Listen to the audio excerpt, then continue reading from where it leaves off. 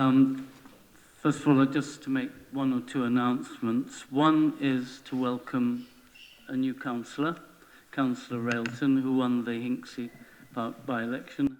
Welcome.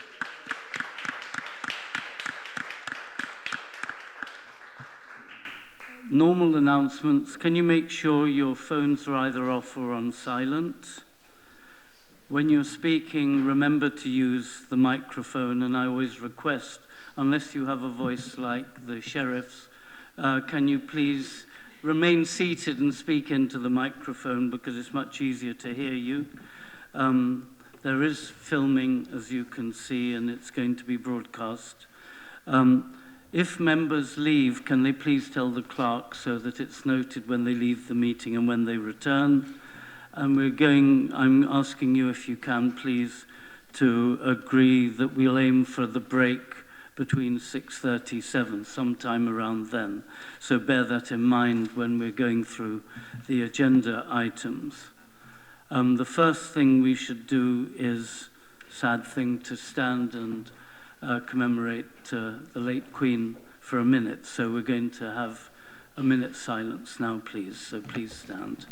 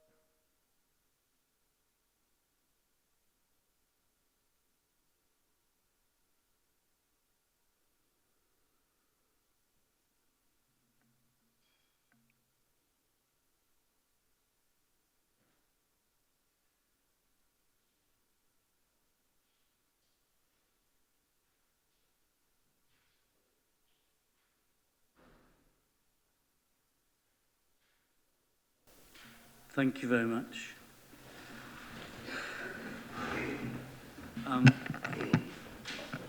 On apology, are there any apologies, please, for absence? We have apologies from Councillors Latif, Mundy, Nyla Hartley, Pegg, Sanderson, Dunn and Hall. Thank you very much. Lord Mayor, could I add there should be Councillor Gant, I believe, has sent apologies? Oh, thank you for letting us know. And Councillor Mundy as well. Oh, you said that. Thank you. Any declarations of interest? No? Thank you very much. Now we're going to turn to the minutes from the 18th of July meeting. Can I propose the approval of the minutes? Do I have a seconder? Councillor Upton, thank you. Then may we vote on the minutes as correct unless someone has seen an error. You voting? Yes? Okay. Those in favour? Thank you very much. They're approved, thanks.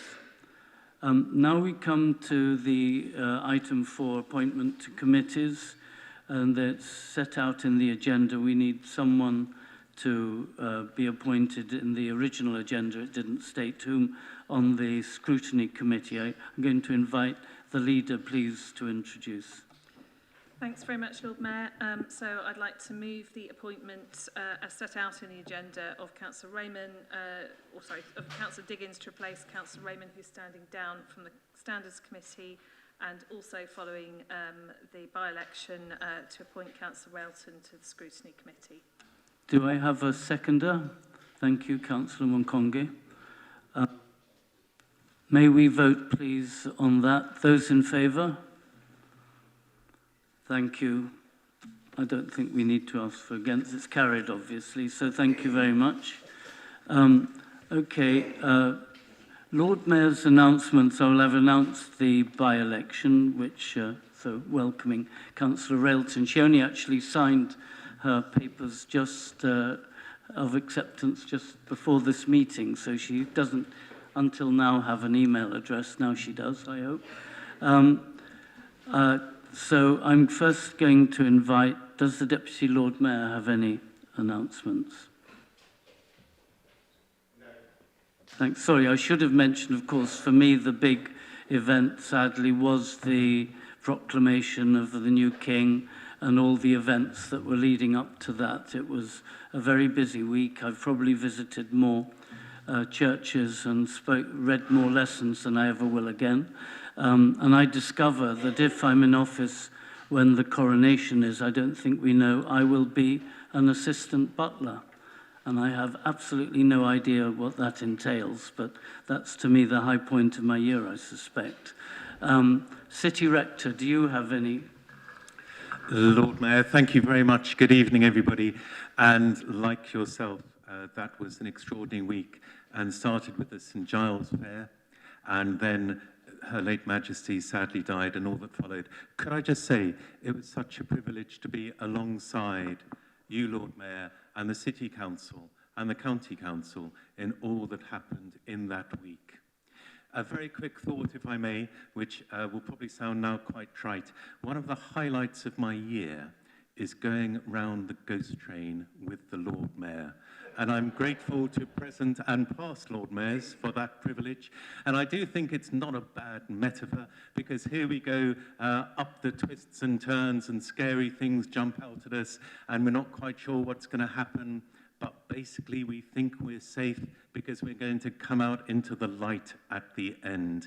Lord Mayor, thank you for that privilege. As I was preparing for tonight and thinking, I've never been on a ghost train on my own. It's good to go in company. And one of Her Majesty's favourite quotes was this, and maybe it's apt for us tonight. Whatever life throws at us, our individual responses will be all the stronger for working together and sharing the load. And also, and so true if I may say, and the City Council models this so well, everyone is our neighbour, no matter what race, creed or colour. Thank you very much. Thank you very much for that statement. Sheriff, do you have? Thank you. Yes, Lord Mayor. Briefly, you've already described the solemnities during the week after the late Queen's death. They all went extremely well and with appropriate decorum, thanks mainly to our civic team led by Dave Hawkins. And if, with your permission, Lord Mayor, may I ask Council to give them a round of applause.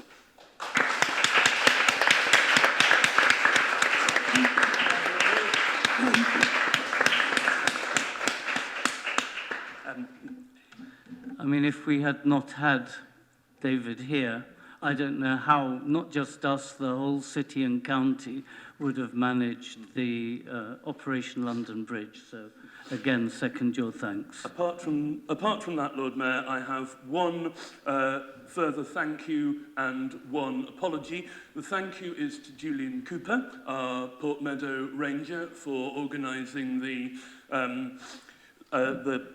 cattle roundup with great aplomb. Although he did say that the cows have never before gone in such a quickly and orderly manner into the pound to be checked out by the vet, and maybe I'm a cow whisperer, which I suppose is possible, though unlikely. And the apology, Lord Mayor, is to you and to really all right-thinking members of society for having appeared in the Daily Mail in the cause of trying to shame Thames Water to fix its leaks. I mean, if some politicians in my position would blame our new and triumphantly elected councillor for Hinckley Park for coming up with the idea, but of course, as Sheriff of Oxford, I am a perfect gentleman, will not do so. But the leak has been fixed. Thank you very much. Leader, do you have any announcements to make? No? Or none of your cabinet members? No. Thank you very much. Chief Executive? Chief Finance Officer? Officer? With permission of the leaders of the group, I was going to invite Councillor Malik just to make a brief statement. Thank you very much, Lord Mayor. As all the council will be aware of the recent floods in Pakistan, Pakistan faces the worst floods since its existence. So 33 million people were displaced, over 1,700 people lost their life, and over 500 were the children's. And 72 out of 160 district was announced disastrous zone. And one of the disastrous zone is where actually I come from, District Rajanpur, which 80% of the district was under the water. So with the help of people in Pakistan and local mosque and the community, I started the fundraising, and I'm very happy to announce I have raised so far over £18,000, which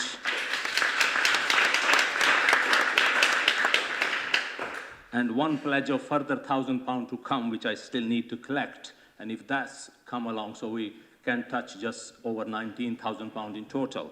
And myself will be traveling on the 7th of this month. I will travel on my own expense. Every penny I have collected will be 100% deliverance on the ground. So idea is, if there's anybody still without food rations, or provide the food ration, fully kitted medical camps, because now the water has gone down, the diseases are breaking up. So people need to be treated, etc., for various reasons. And also, £500 is just the cost of build a one room with a moderate bathroom and showers for people, for them to survive in the winter. So once again, I thank everyone who donated, and if anybody wishes to donate, I can give them the leaflet of bank details during the break. And I will also thank you and the chair of the County Council for the account donation. Thank you very much. Thank you very much, Councillor Malik, and good luck on your visit, obviously. On item 6, in fact, there are no addresses and questions under this item, so we can proceed quickly to the main business, and we've got the safeguarding report, which is being introduced now by Councillor Upton. Is that correct? Thank you. It is. Thank you, Lord Mayor. Yes, because Councillor Walcott can't be here. This report is about the serious statutory safeguarding duties that the Council has. We've developed our own safeguarding action plan, which covers our own operations as well as lots of collaboration with agencies across the county and the city.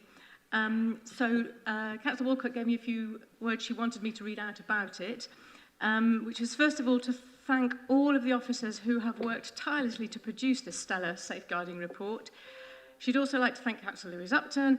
I was her predecessor on this role and was involved with it last year. And just to point out that between us, we've upheld an excellent standard in line with the needs of the diverse communities that we serve. This was not an easy feat, especially as much of this work happened during the pandemic, when many of our services and residents were under tremendous stress and pressure. This report highlights the fantastic contributions from officers who prioritise strategic collaboration and responsibility for the relevant professional services to undertake a range of safeguarding activities. And it also sets out what our priorities will be for the following year. So I'd just like to commend the report to everybody. Thank you. Thank you very much. We are meant eventually to note this, but are there any questions that people would like to pose to Councillor Upton? In which case, if there are none, we will note the report and then proceed nice and quickly to agenda item 8, which is the exciting asset management strategy, where I believe it was meant to be Councillor Turner introducing it, but since he's still on a train from Birmingham, I think it'll be Councillor Brown, please. Yes, I think we also may have missed noting Councillor Walcott's apologies at the start of the meeting, so sorry if I can just add that as an additional apology. That would be very helpful, thank you. And yes, And do we have, in his absence, or if he comes, will he become the seconder to the proposal? Well, if he arrives in time, I suspect I'd have to speak for quite a while to make up for the inadequacies of the rail system at the moment, unfortunately.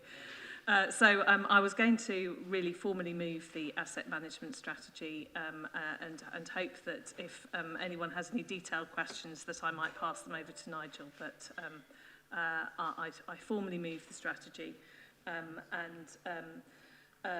note that there was some formatting errors which Councillor Smoughton spotted, so thank you very much, Chris. Those have now been incorporated into the report that's come to Council, even though they were there at the point where it came to Cabinet, so those have been cleared up in the interim. So I just wanted to draw Council's attention to that, and with that I move the report. Do I have a formal seconder? Okay, Councillor Munkonge. Question. Councillor Smoten, and then Councillor Rowe has a question. Councillor Smoten. I can also second it if you like.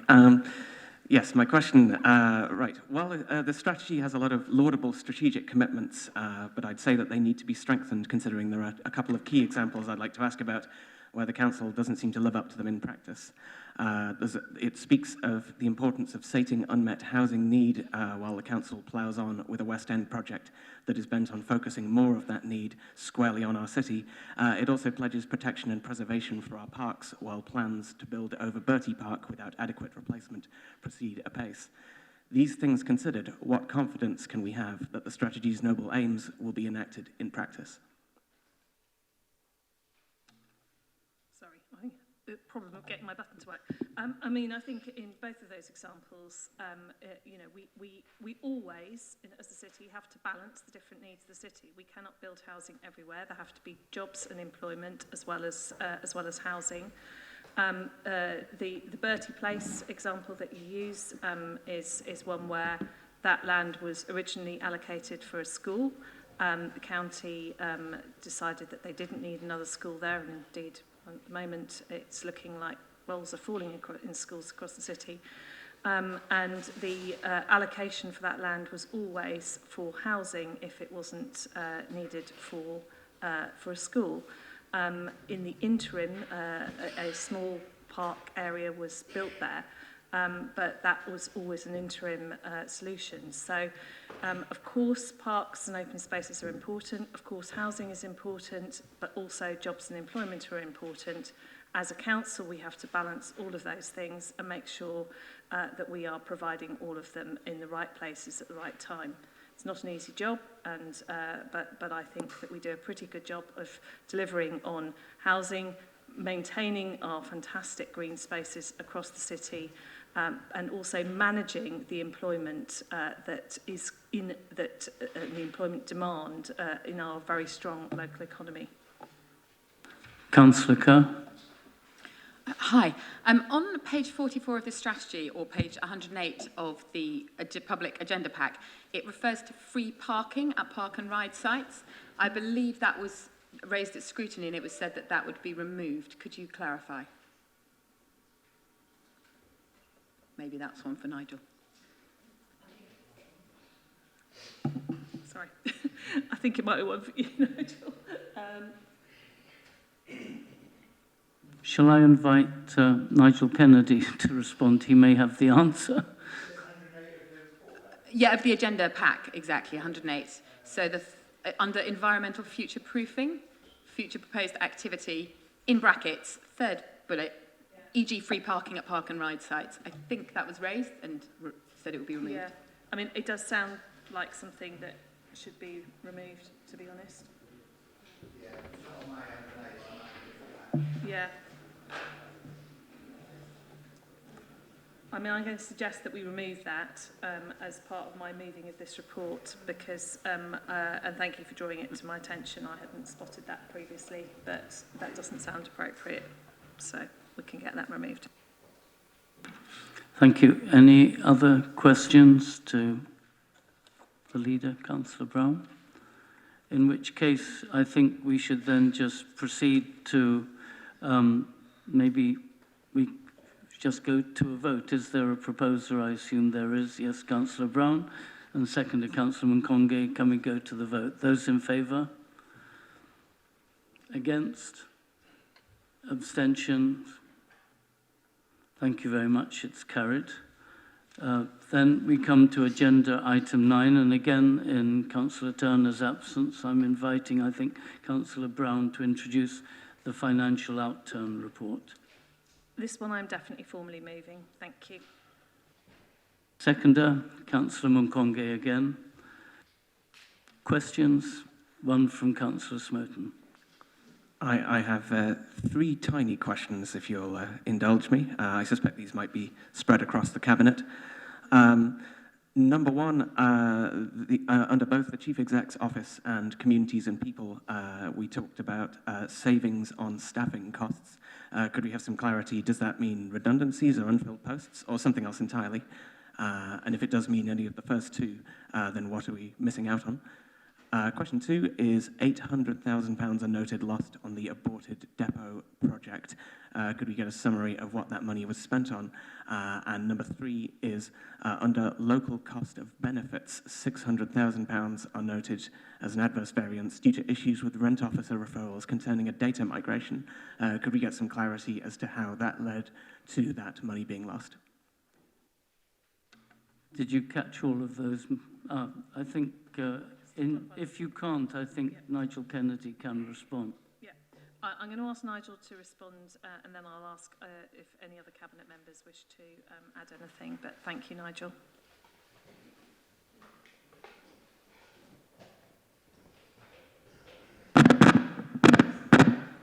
Can you hear me? Sorry. Yeah, in terms of the additional staffing, I mean, that's basically, we had additional income from the town hall over which we had already budgeted, and that's the difficulty of trying to estimate what the income's going to be following COVID, etc. I mean, there's also some savings across the board, basically, that they're not redundancies, they are just savings that occurred naturally within the budget, actually, but the predominant part of that £559,000 favourable variance is around income, actually, so we will put that into the budget going forward. In terms of the ODS, the abortive costs, that is, as it says, in connection with the depot. We did substantial work in terms of feasibility studies, ground surveys, etc. But at this point in time, we've concluded that we won't go forward with the scheme which was initially targeted for Redbridge, actually. And in accordance with accounting convention, basically, you have to recharge those costs from capital back into revenue, actually. So yeah, that's on that one. And the final one, can't really read my own writing, actually, in respect The local cost of benefits? the local cost of benefits. The data migration. Yeah, so during the year, we basically transferred off our academy-based revenues and benefits system onto Civica revenues and benefits. We were unable to test the working of housing rent referrals because the DWP did not have sufficient links to be able to carry out detailed testing. What happened is that we missed the rent referral dates for a number of housing benefit claims, and in accordance with the housing benefit legislation, you cannot claim housing benefit on such expenditure. We are in discussion with DWP to, as are a number of authorities that this has happened to say, well, you know, that is largely down to your fault and our inability to test those links, actually. And therefore, we feel we've been unfairly penalised. We are in discussion with DWP. They recognise our case, and those discussions are continuing. I am hopeful we'll get that money back, basically. But at this point in time, under the legislation, we lose subsidy as a result. So, as I say, I'm hopeful that we actually get that money back, but those discussions are ongoing at the moment. So just to be clear, you're saying that the claimant was left out of pocket and then we've made up the difference because they weren't able to claim it as housing benefit? No, the claimant continues to claim that as housing benefit as normal. It doesn't affect the claimant. What it affects is the ability of the City Council to be able to claim subsidy on that expenditure. And if you don't review those claims within a 12-month period, that is what happens under the subsidy regulations. What we're saying is that, you know, the change in system basically meant the links broke. We were unable to identify these claims, basically. And as a result, through the subsidy system, we lost benefit subsidy as a result. DWP and indeed the external auditors are recognising our plight. It doesn't only affect us, it affects a number of other local authorities, and I continue to have discussions with DWP to actually claim that money back, but at the moment that's the way it stands. Thank you. Understood, thank you. Thank you very much. Did you have anything to add, Susan? I don't. Does any other Cabinet member want to add anything? No. Okay, are there any other questions on the financial outturn report? If not, we have a seconder. May we vote on this? Those in favour? Those against? Abstentions? It's carried. Thank you very much indeed. Now we come to the exciting Constitution amendment. I'm inviting Councillor Hollingsworth. Is there a seconder? Councillor Munkongi, who's getting a professional seconder. I was intending to do an extremely long proposal speech first, Lord Mayor, if that's okay.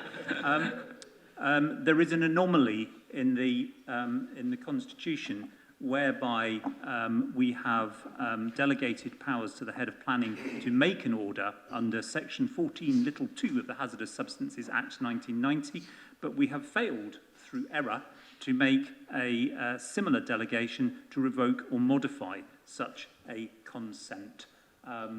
And we could continue, I guess, to take all of those consent amendments and revocations at council, but in the interests of sanity, can we amend the constitution accordingly? And to paraphrase a fine slogan from an industrial dispute involving lecturers at Oxford University in the 1970s, rectifying the anomaly, which they went to strike on, by the way. Okay, we have, I assume, is formal seconding? Yes, thank you. Does anyone have any questions or want to make a statement about this terribly important subject? Yes, please, Councillor Fowler. Yes, I'd just like to ask that where these revocations are made or modified, the consents are modified, that local members in wherever the revocation takes place are actually notified.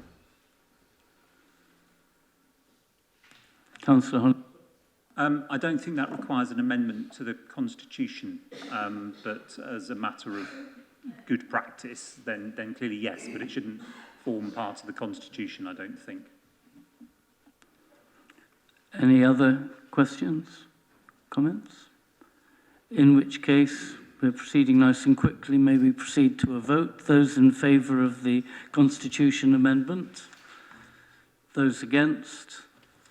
Any abstentions? That is carried. Thank you. And now we come to a big item on urgent key decisions. Councillor Brown. Yeah, this one's even more exciting because this is a report about urgent key decisions, which says there weren't any. And before everyone complains about the waste of time, I'm afraid we are required under law to publish a negative report if such a thing is, as we have this time, appropriate. So I move the report. Thank you. Very short report. Item 12, the appointment of the Independent Remuneration Panel. I believe I invite you to propose this again. Yes, thank you, Lord Mayor. Every year we consider make sure that we have some consideration of councillors' allowances, and very appropriately we ask an independent remuneration panel to do that. And this is setting up the appointment of that independent remuneration panel. So again, I move the report. Do we have a seconder? Councillor Munkongi, I won't even ask anyone else. Thank you very much. Any questions? Statements? In which case, may we proceed to the vote. Those in favour, please indicate. Against? Abstention? Carried. Thank you very much. Now we come to what will be a longer item, but we have a maximum time limit of 15 minutes for this. And it is suggested we take questions about the two sets of minutes together. So do people have questions on either the 10th of August or the 14th of September minute? Councillor Smoten. Thank you, Lord Mayor. I have two questions to put. One with regards to the item on short-let accommodation. So I imagine that's Linda Smith's domain. I note that we're using people's correct compliance with business rates rules in order to target them for compliance with planning regulations, creating something of a perverse incentive to comply with neither in order to stay out of the council's sight. How can we target people who are running a short-let completely under the table rather than the minority who appear to be at least trying to act above board? And the second question is with regards to council tax reduction. So I think that is in Councillor Walcott's domain. I appreciate she's present. So we're again proposing money-saving schemes that would target the council's much celebrated 100% council tax reduction band specifically, for example, reducing it to 96 or imposing a minimum payment. But again, we're proposing no possible changes that would target the 25% band, for example, making that 21. Last year, after the consultation, these schemes were all binned with no action. So why are we consulting on the same cuts again this year? Councillor Brown. I'm happy to answer the question on council tax reduction. I'll leave Linda to answer the question on short-term lets. But on behalf of Councillor Aziz on the council tax reduction scheme, I mean, sadly, unfortunately, in the current financial situation, we have to keep all of our options open, and that means making sure that we do consult on everything that we might need to do in order to make our budget add up. We very much hope that we won't have to make that particular saving, but the right thing to do is to consult on it, and we wouldn't be able to make that saving if we hadn't consulted on it. Thank you, Councillor Smith. Thank you. Yeah, so unfortunately our powers when it comes to short lets are very limited. We've recently responded to a government consultation saying that we would dearly love to have powers to regulate and license short lets, but we don't have any licensing powers when it comes to short lets at the moment. The powers that we do have sit within our planning enforcement powers, where, again, it's not straightforward in terms of taking action against short lets, but it is possible, but it needs to be done on a case-by-case basis. So being registered for business rates is one set of data that the council will draw on when deciding where to take planning enforcement action against short lets, but there are many other sources of information as well. So it's not the only thing we rely on. Thank you very much. Any other questions about either of the sets of minutes? No?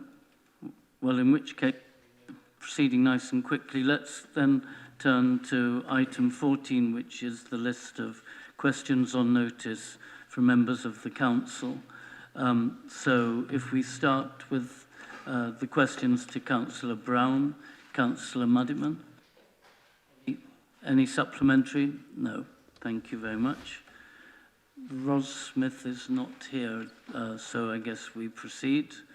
Now we welcome Councillor Turner. So question from Councillor Miles to Councillor Turner, supplementary? None. Councillor Pegg isn't here, so I guess that falls away. Councillor Gant isn't here, so that falls away. We're doing well. Councillor Landell-Mills, do you have a supplementary? No. Councillor Smoten, do you have supplementary? Could you read the question number? Sorry, Lord Mayor, I've lost track of the list. ET5, it's West End Development. Thank you, Lord Mayor. Yes, a supplementary question. You mentioned in your response expecting less income to the council from residential than commercial development. Do you believe a further tilt from commercial to residential land use would be possible while still turning a profit on the council's investment overall? And if not, then what is the limiting factor?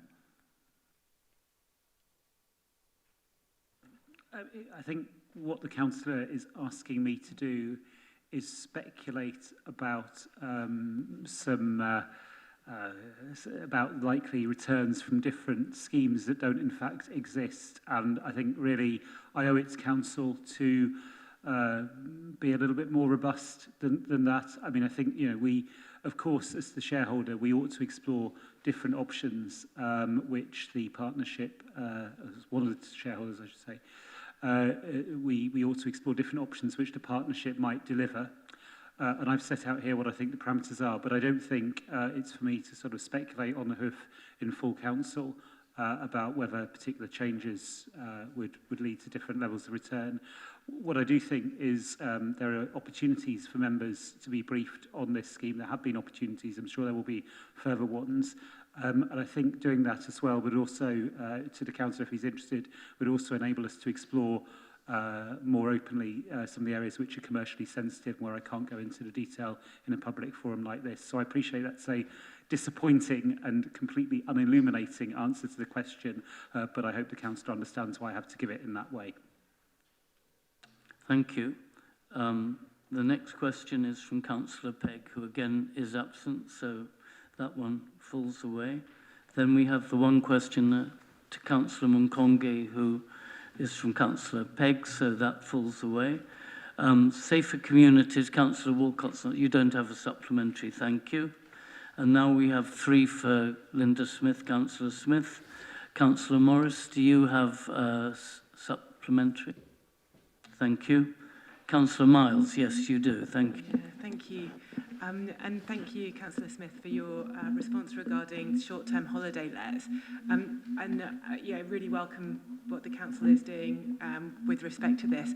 What I'm wondering is there anything that we can learn from cities or places such as like Whitby, for instance, that have actually put restrictions on short-term lets within the within their boundaries, and if you're unable to clarify that here today, maybe we can look into that as a follow-up, please. Thank you. Is your phone or something interfering? Because we're getting a wonderful musical background to you.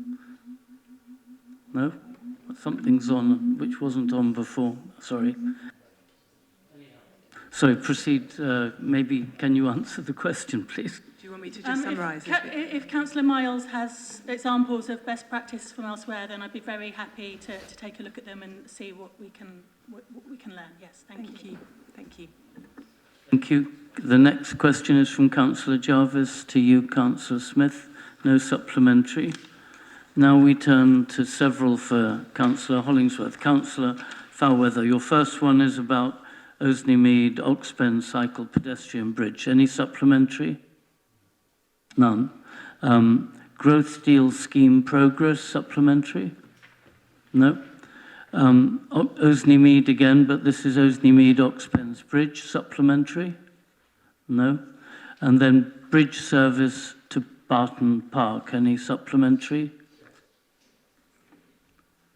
I find it very odd that it wasn't possible to build a bridge because the difference in levels between the two sides of the A40. Could Councillor Hollingsworth clarify exactly why you can't have a bridge that's built on a different level on one side to the other? Yes, sorry, I could have gone on to expand on the issue. The issue is that a DDA-compliant bridge has to have ramps as well as steps. When the two sides are different, obviously you need a much greater take of land for the ramps, and that was the issue.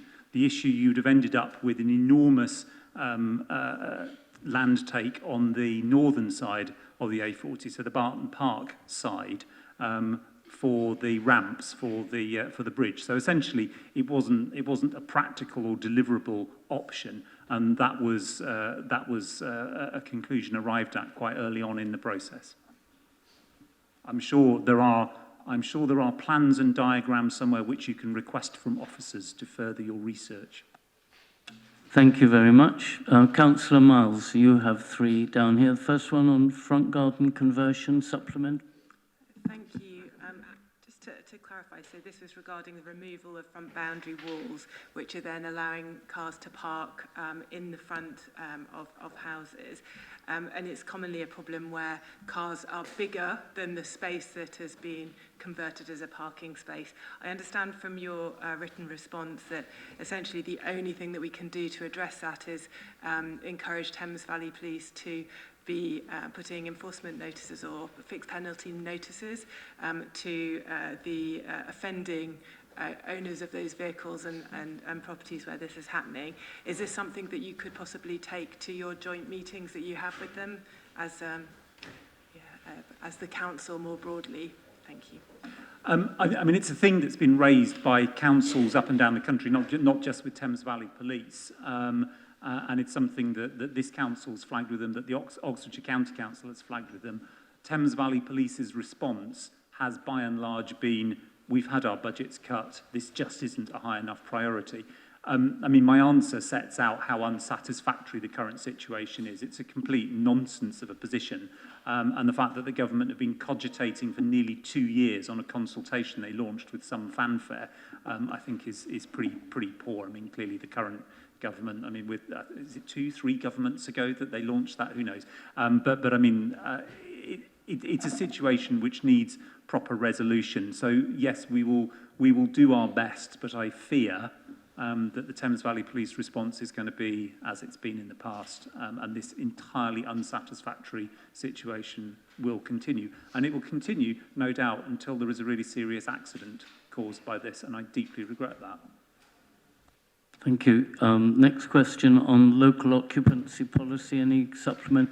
Yeah, it's just with respect to this, I understand that we've said in the response here that there is unclear what level of evidence would be needed to be provided to support pursuing such a policy in the context of an urban area with highly mobile population. However, there is a fixed local population that have been here for a long time and who are being priced out of the area, and so wonder whether we could explore what evidence would be needed, please, to see if a local occupancy clause could be established. Thank you.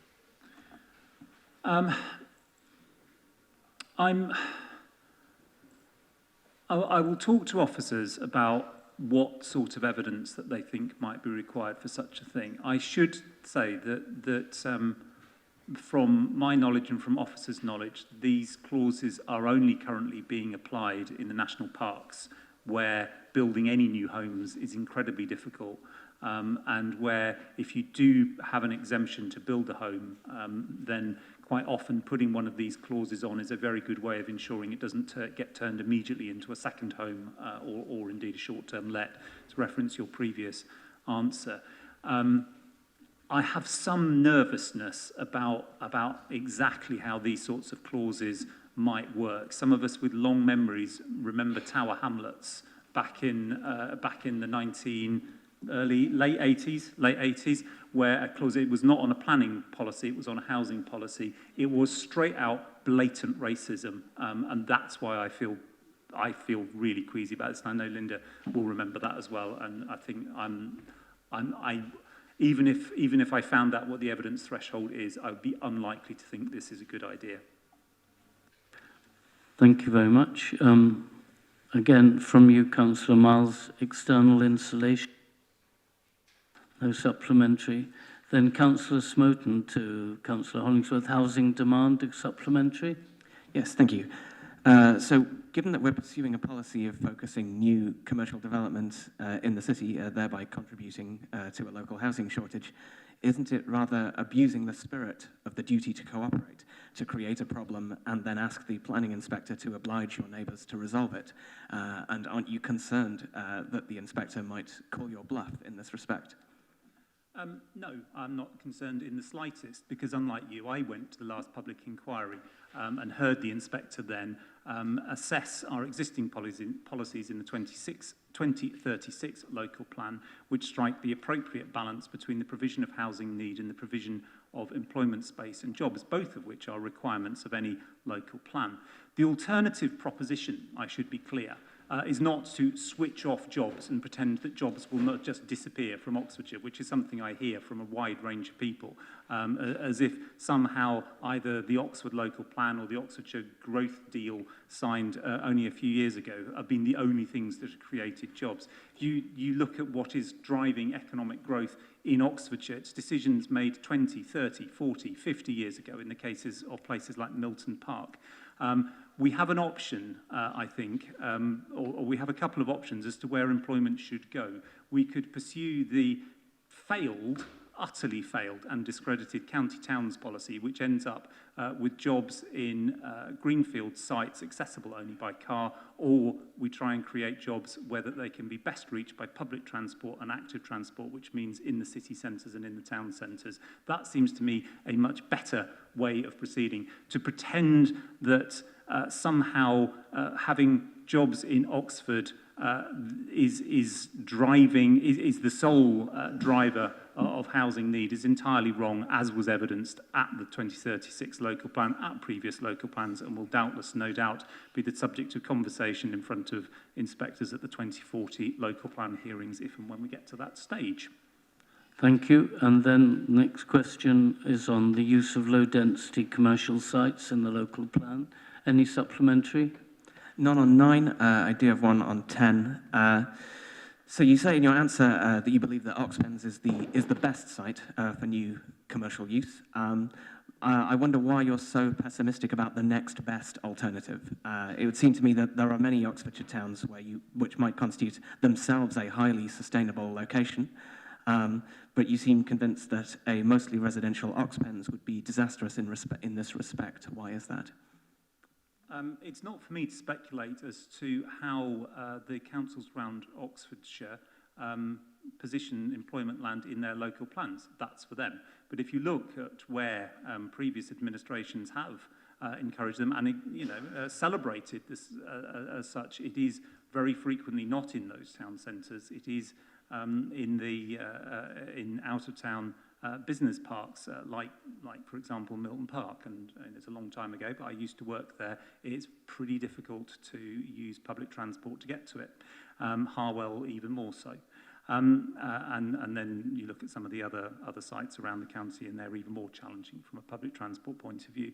So it's not for me to judge as to where those district councils ought to be putting their employment sites, though I am pretty clear where I would if I had any say in the matter, but I do not. What I do think is that when it comes to employment in the city as part of the broader Oxfordshire economy, then putting employment in locations which are accessible to public transport is the best option, and that's what I will continue to pursue. Thank you. Another one back from Councillor Miles on promotion of public boat mooring. Do you have a supplementary? No. Thanks very much. Now we turn to questions for Councillor Chapman.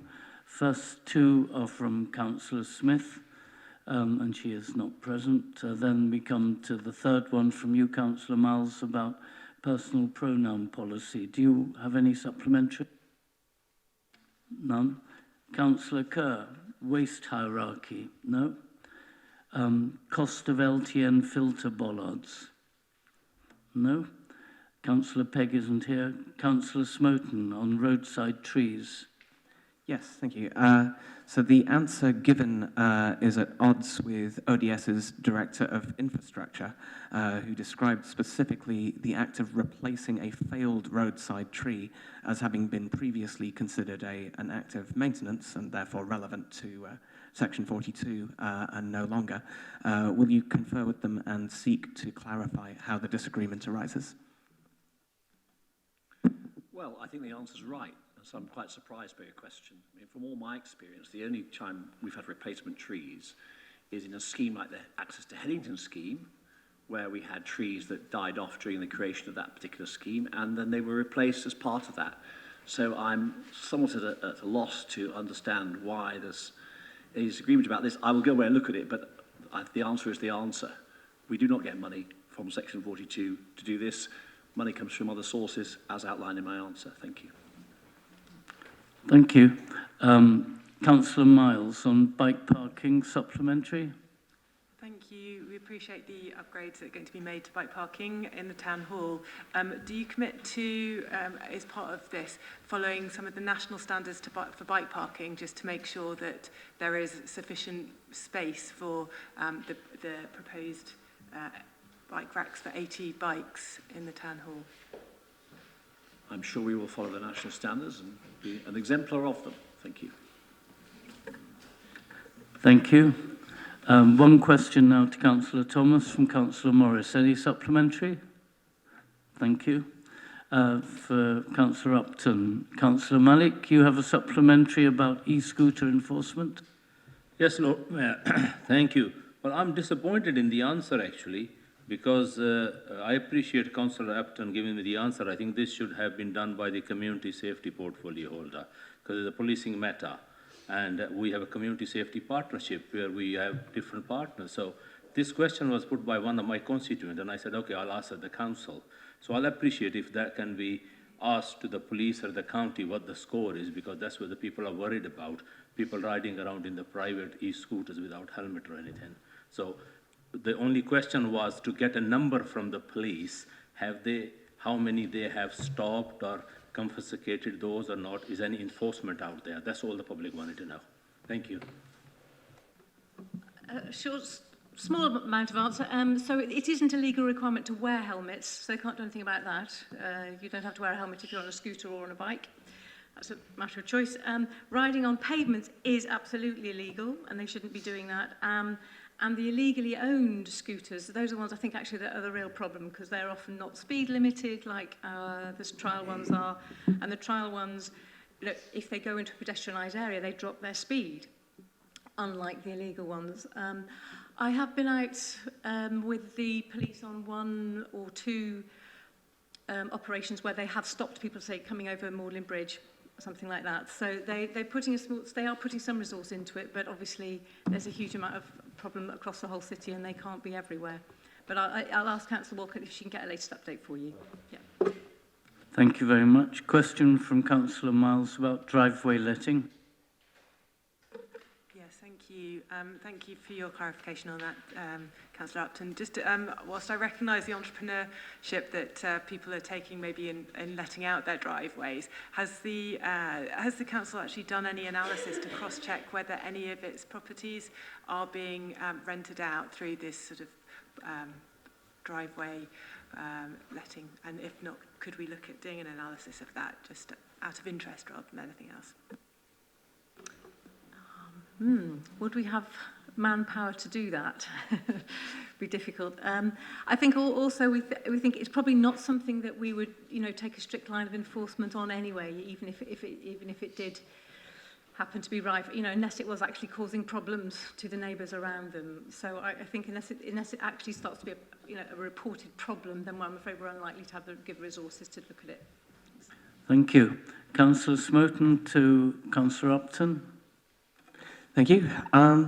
So I note that while in your remarks to COSAT, you gave the impression of being very strongly against any use of charging to pass a filter or to enter a zone or things of that form, preferring the sort of rationing scheme that's on the table at the moment.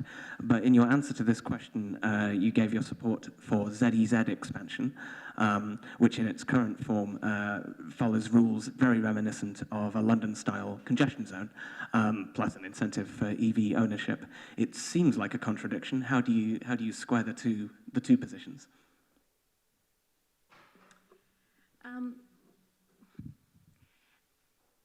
It is difficult, yes. So the filter system, which is obviously being proposed by the Lib Dem and Labour administration at the county, also is that coalition is also behind the ZEZ charging zone. So this is something that all of the parties are having to struggle with, I think, looking at both of these.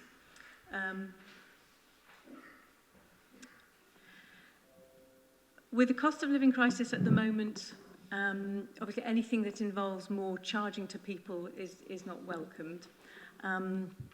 So in some ways, the fact that the ZEZ is going to be coming a little bit behind the filters is to be welcomed for that reason. But, I think the two things are achieving different things. The filters are absolutely essential for reducing car journeys enough to save our bus network and to make it safer and pleasanter for people to walk and cycle around. The zero emission zone is crucial to our ambition for decarbonising our transport system and encouraging the shift to electric cars. So I think that we are going to need a bit of both. Sorry, I can't. Is that enough of an answer?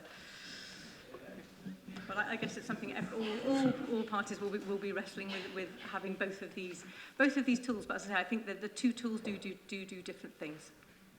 Thank you very much. I think we've made record progress in this agenda. Agenda item 15, in fact, County Councillor Ian Middleton can't attend, and I think he proposes to come to a later... No, I know we can't do it because he's not here. Yeah, but we're going... No, we're going 16. I just wanted to inform people that agenda item 15 is not able, therefore, to proceed. So we now go to agenda item 16, which is Councillor Brown introducing the Future Oxfordshire Partnership report, which is one we're meant to note, not to vote on. But please, would you introduce it? Thank you, Lord Mayor. And I wanted to start off by saying I think it was Councillor Smarton who asked me at the last council why it wasn't on the agenda. And the answer is because we were waiting for our partners. And I would just like to say that ever since the Growth Board, as it then was first instituted, we have regularly reported back to this council on our dealings with that organisation and on its actions. And I think that's absolutely the right thing to do. That hasn't been the case with all other councils in the partnership. I'm glad to say that it now is the case with all other councils in the partnership, but as a result, it was felt that it was important to have a report which was common to all councils, and so we had to wait for all councils to catch up with us on this one. This is our report to Council with a few sort of introductory remarks at the beginning from us, or me as a council, but the rest of it is kind of common to the rest of the partnership. I think it's important to say that it has been a successful partnership. We have managed to bring in considerable amount of additional government funding to support infrastructure and in particular affordable housing in Oxfordshire. And actually Oxford City has been quite a significant beneficiary of that funding. I'm pleased with that. We've had our ups and downs at different times, and I think I'm now the second longest serving member of the partnership after Councillor Barry Wood in Charwell. There's been a lot of changes as councils across Oxfordshire have changed their leadership and indeed just their leaders at different times. But, on the whole, we're still working well together, and, we've considered our future beyond the end of the growth deal and have felt that there is still significant work that we can do together, not least making the case to government for further infrastructure funding in Oxfordshire, which is still very much needed in an economy that's still growing and where we know that the need for affordable housing is huge, but also the need for infrastructure and transport funding as well. So I hope that this report goes some way towards giving you a bit of a flavour of what the partnership does and what we intend to carry on doing over the next few years. And I'm very happy to answer any questions or to take any comments. Are there any questions? As you'll see, this is to be noted after any discussion. Any questions for Councillor Brown? Yes, Councillor Miles. It's more of a comment, really. And I should say that I'm chair of the FOP Scrutiny, but this is in my speaking capacity as a city councillor here. And firstly, it's really to express real frustration in terms of the Homes from Infrastructure decision making and the prioritisation of schemes at the city level that have been prioritised. I understand that everything's a priority, and there's limited funding, but within scope of the priority within the list, it's really concerning that certainly from my ward perspective, but also as a group, that the Woodstock Road corridor improvements that was reduced funding allocated for that, and instead there was going to be funding prioritised for the Oxbins Bridge work, which really is replicating and building on existing infrastructure as opposed to the creation of new infrastructure. So just want to express my disappointment on that, and do understand that they're very difficult decisions had to be made on that. But the second point I wanted to make was just also frustration regarding the timing as well of some of the decisions that have been made by the FOP. Because there's just been inadequate time for scrutiny at the district and city levels before the information has come to scrutiny and then being considered by the FOP. So I wanted to express that frustration as well. Thank you. Thank you for your comments, Councillor Miles. I mean, on the first one, I think we were all disappointed that we couldn't have funding for both, and I think it's highly regrettable that we have had to take a reduction in funding for the Woodstock Road and Banbury Road's cycling schemes, and we would obviously have liked not to have done that, but to have had them to be fully funded. We were able to negotiate a sort of reasonable amount of money still to be put in, I think, to make sure that some work is ongoing on those schemes and that we can, we hope, be ready to progress them further. But I would disagree with your analogy. I mean, the bridge is really important. It's really important in terms of both unlocking housing and also supporting areas of employment. It was a requirement put in by the County Council in terms of the cycling network in Oxford.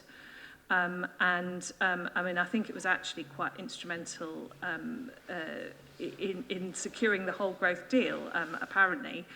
It was one of the things that really stood out to government, apparently, as one of the significant parts of the deal that was being proposed. So it would be really odd, I think, to not be putting a considerable priority on that. But from the city's perspective, it is a real priority. And it's critical that that bridge is delivered. Thank you. Any other questions, comments? Yes, Councillor Thiago. Thank you very much for opening this report. Thank you for giving me the word. My question is about the Oxfordshire Plan 2050 and Fortum collapse. And of course, I would like to know the implications of in the city, and special if they have any issue from we are discussing the Oxford Local Plan 2040, and I see some actions we are doing to mitigate the issue, but I would like to know if we have any, if it requires any other actions to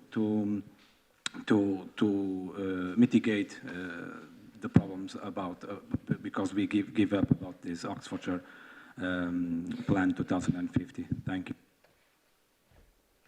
Yeah, well, thank you for the question. I mean, I'd start by saying that we very much regret that the discussions that we've been having, ongoing parts of the growth deal, part of our commitment as a growth deal, was to deliver a 2050 plan across Oxfordshire, and I think a lot of really good work had been done and a lot of officer and member time being put into that whole process. Lots of really good environmental policies that were coming out of it. And so it was really disappointing to me that, unfortunately, we were not able to progress with it. And we are continuing to work with the councils that are still willing to work together on this, and will continue to do so. But we just couldn't find a way forward, unfortunately, in terms of the process. And I think that is very regrettable. I think we will manage to salvage things from that process because there is a lot of good work that has already been done, particularly in terms of environmental policies. But clearly it is really important that we also get on and do the assessment of housing need because we will need that for our local plans and other councils will also need that for their local plans. So, you know, it is an important part of the process going forward. Councillor Muddiman. Hello, thank you. One more question about the Oxpens Bridge. You say that it's critical for housing. I spoke to the CEO of Oxwed who said it was absolutely non-critical for the Oxpens development. So I assume when you say it's critical for housing, it must be for the Osney Mead development and the housing on that. Is that right? It's critical for the university-owned housing on Osney Mead? I can hear Councillor Hollingsworth muttering, so perhaps he'd like to answer the question. Yeah, it's extensively covered in my answers to the various questions from Councillor Fairweather, I think it was, earlier on.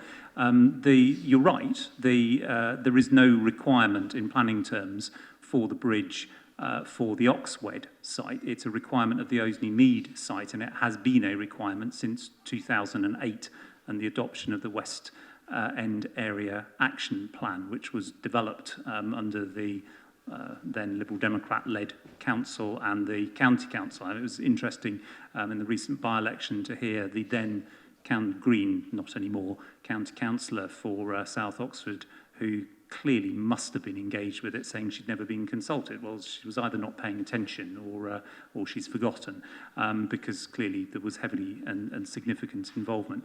But yes, the requirement of the bridge is for the development of the Osney Mead site. The Osney Mead site has a wide range of landowners. The Oxford University is one, and it's the biggest, but it only is about a third of the site. At the moment, the other 2/3 are owned by quite a wide range of landowners, some with very small parcels.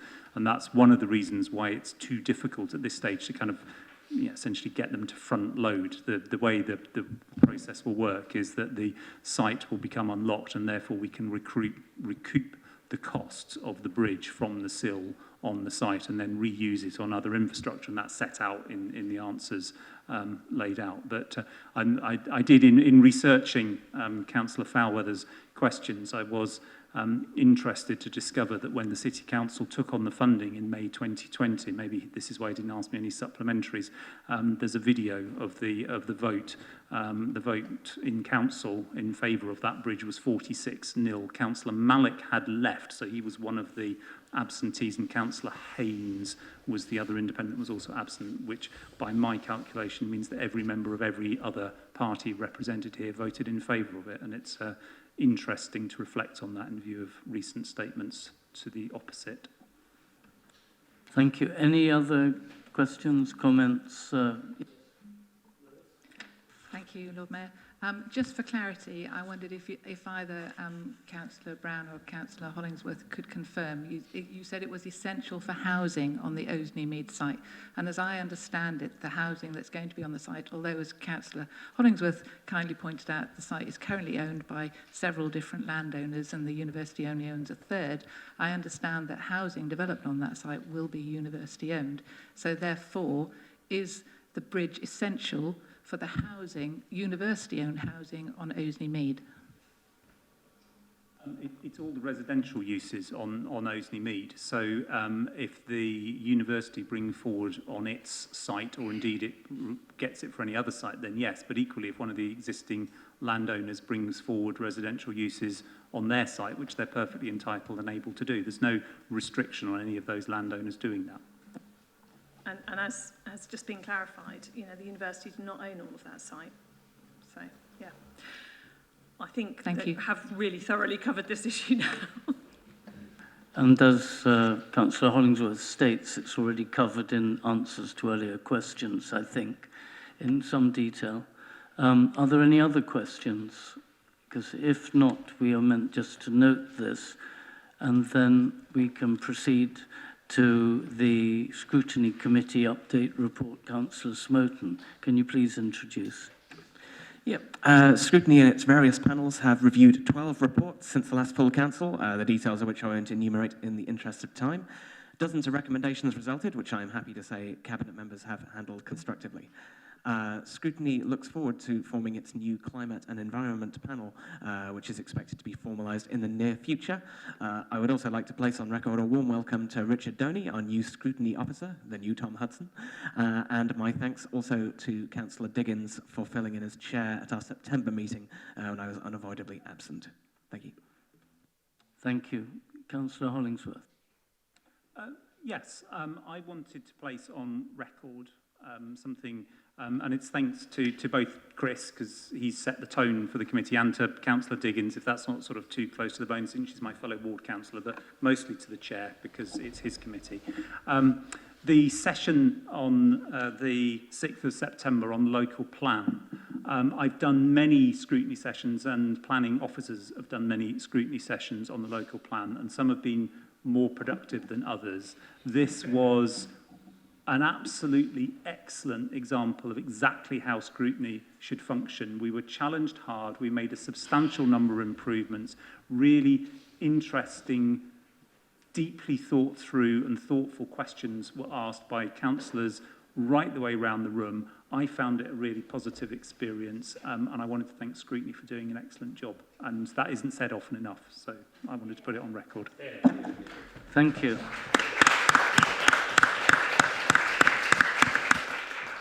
Any other things that people would like to say? Praise, questions, otherwise? If not, I was going to say again, we are meant to note this, and thanks very much for the report. Given the wonderful progress we are making, there is agenda item 19, which you will be aware has a confidential appendix, and we cannot discuss it in open session unless all councillors understand that they cannot refer to the appendix. So with that caveat, do I have the support of the council to take agenda item 19 now, so that then we can proceed? I mean, maybe you could indicate just with hands. Is that acceptable? But again, remember what I said, do not refer to anything in the appendix. So if that's acceptable, which I think is great because we're making good progress, this is agenda item 19, and then 19A is a specific one about the future workplace. Do I invite, is it Councillor Chapman or Councillor Turner who would like to introduce? Who's going to be the proposer? I'm happy to propose, yes. I mean, I think the report is pretty self-explanatory, really. I think this is, for a number of reasons, the right way forward. It's been heavily scrutinised, and the benefits really, it's kind of like a silver lining in a way from the COVID crisis in some senses, because I think we wouldn't be thinking about this if it hadn't been for the fact that we've got much more home working going on now. We can exist on less space, and that will mean that we can move staff who want to work from offices for a number of days a week into the town hall, which is, as we know, looking around here, a wonderful historic building, the centre of local government in this city. Rather more resonant, I think, of local government than St Aldate's Chambers. I'm sure St Aldate's Chambers has many wonderful characteristics, but I wouldn't put it in that particular class. So for those reasons, for the financial reasons laid out in the report, for the fact that our carbon footprint will be much improved by being in one place rather than two, for all those reasons, it seems to be a very good thing to do. We were always going to look for a tenant to come in and take over 2 floors, but the opportunity has arisen for the whole building. We would be crazy not to take it up, provided we can get to the right commercial terms, which I believe are going on at a decent level at the moment. So that's background to it, really, and the plans are proceeding well, and we expect them to come to fruition by Christmas. Thank you very much. We have a seconder, I think, Councillor Turner. Yes. Do you want to say? Yeah, I'd like to second this. The reason this is at council, just to be clear, is because of the inclusion of the sum for contingencies, the £300,000 for the work. And I think the careful reader of the of the reports, including the appendix, would see that it remains a beneficial financial proposition for the council. I mean, to be completely blunt, Lord Mayor, even in advance of the whatever it calls itself, fiscal event, recently there was no reason to be optimistic about the likely funding settlement that the council is going to get. I mean, the thought of health, education, having overseas development, we know about having their spending frozen and in cash terms in a really serious real terms budget cut is horrifying, as is the prospect of that happening with local government. But I think we know that this is a deeply ideological and unpleasant government with an extraordinary hostility to public services and public servants. What that means, I think, is that we can be very clear that it's going to be a rocky ride ahead for councils, and that there is a total lack of recognition of the challenges that we face. In that context, it does mean that we need to do things sometimes differently. It means we need to look at opportunities to reduce our spend, also actually reduce our carbon footprint as well, which would be an effect of this. And this is a really good opportunity. So, I was in favour of this in the previous context. I think it makes a lot of sense, but really, council would be very unwise indeed, I think, not to embrace this project in these circumstances. So I wholeheartedly second the proposal. Thank you very much. I see Councillor Rowley and then Councillor Mully. Thank you, Lord Mayor.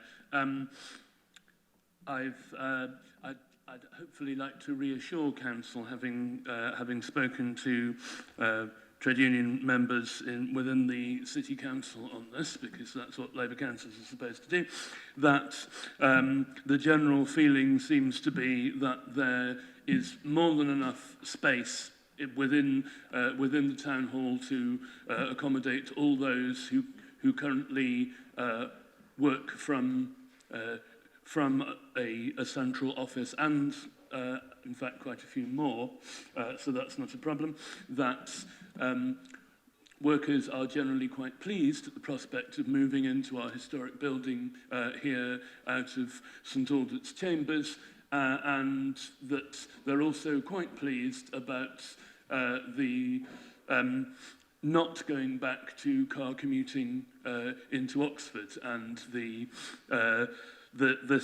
this proposal will make sure that there isn't a creep. The gains we have made over the course of the pandemic in reducing car commuting are kept, and that there isn't a creep back to the sort of numbers moving in and out of having to move in and out of Oxford by car, because there's no alternative that we had before the pandemic. So all in all, I think not only does this make hopefully a substantial financial return to the council, which can't fail to be helpful with the budget pressures we have, but it actually constitutes an improvement in working conditions. Thank you very much. Councillor Mully, can everyone remember to not refer in this discussion to the appendix? Thank you very much. I support the project, but I equally want to make one request, which I said previously. The request is this, like just Councillor Chapman just mentioned, historic building and city council and old town hall and great. I still, when you change your staff over, please change the library facilities to our town hall. When Colin Cook was a Lord Mayor, he used to address, this is your town hall, it's a citizens' town hall. So when I have an issue with my own constituents, when the people are going to the library, there are certain days on and off, they want to drop something, there's nobody there. So we can still have the same working hours. If you can bring the facility here to accommodate, then people are coming to the Oxford Town Hall to raise the town hall issues. And please kindly, then the staff you're going to staff here, send them over there. Then job is done. So this is my request. If you can do that, because end of the day, people come to Oxford City Council, we collect the council tax, they want to come to the town hall, we refer them the other side is not there, it's all just inconvenience. So I will urge you to consider this, because you have this opportunity to bring the services back into town hall when the people want to have inquiry. And I still don't buy that the satisfaction rate is X, Y, Z, because you walk with me, any of you, there is no such a privacy there. Where when we were in St. Old's Chamber, you got the interview rooms, people need to speak confidentiality matter, what kind of issue they have. So please do consider, bring the facility into our historic town hall, and that will be a brilliant job. Thank you. Councillor Landell-Mills. Thank you, Lord Mayor. Yes, Lib Dems would welcome this, and it's something actually we've had in our budget proposals for several years running to make better use of St. Old's Chamber. Obvious points are about number crunching and making sure people have got enough space. I assume there's going to be subsequent reports and things to justify that, and also how are you going to address, the sort of, might be exaggerating it, but esprit de corps and preventing staff being even more siloed than they already are? Well, Councillor Corries. Okay, thank you very much. I want to say that I support this movement, and I think it's important to give the opportunity with the new ways to work, what does mean a hybrid arrangement, as the city as speed up after COVID, and I think this is not. But what I want to raise the issue is only we need to be sure the workers have the right conditions at home to work, the right light, the right desk, and give you all the support they needed for that. I think I raised this issue in the scrutiny, and I want to highlight again here, because I think is a good move, but we need to be sure with the risk assessments and open really to support the workers to have a good conditions in their house. Thank you. Thank you. I will invite, I think, Councillor Chapman to respond to the four comments. Well, I think three, in fact. Let's start off with what I think was a request that the customer services team, are presently based in and around the library, should come here. Well, that's not going to be possible because there's just not enough room for that. That's the first point, I'd say, without a lot of extra expense. But secondly, I'd just like to, give a bit of feedback to how people are responding to the new arrangements. Very positively indeed, for two reasons. First of all, I think the staff are doing a great job there. The facilities are good. So the satisfaction levels of face-to-face contact are extremely high, over 95%, which is pretty well as high as you can possibly get. I'm sure the Right Honourable Member has examples where he has people in his ward who may not be happy, but the general rule is, and the general sums are, showing us a high level of satisfaction. And one of the reasons is also the closer working we have with other agencies, are not possible if we have people based here in the town hall, or we're not really possible actually at St. Old's Chambers either.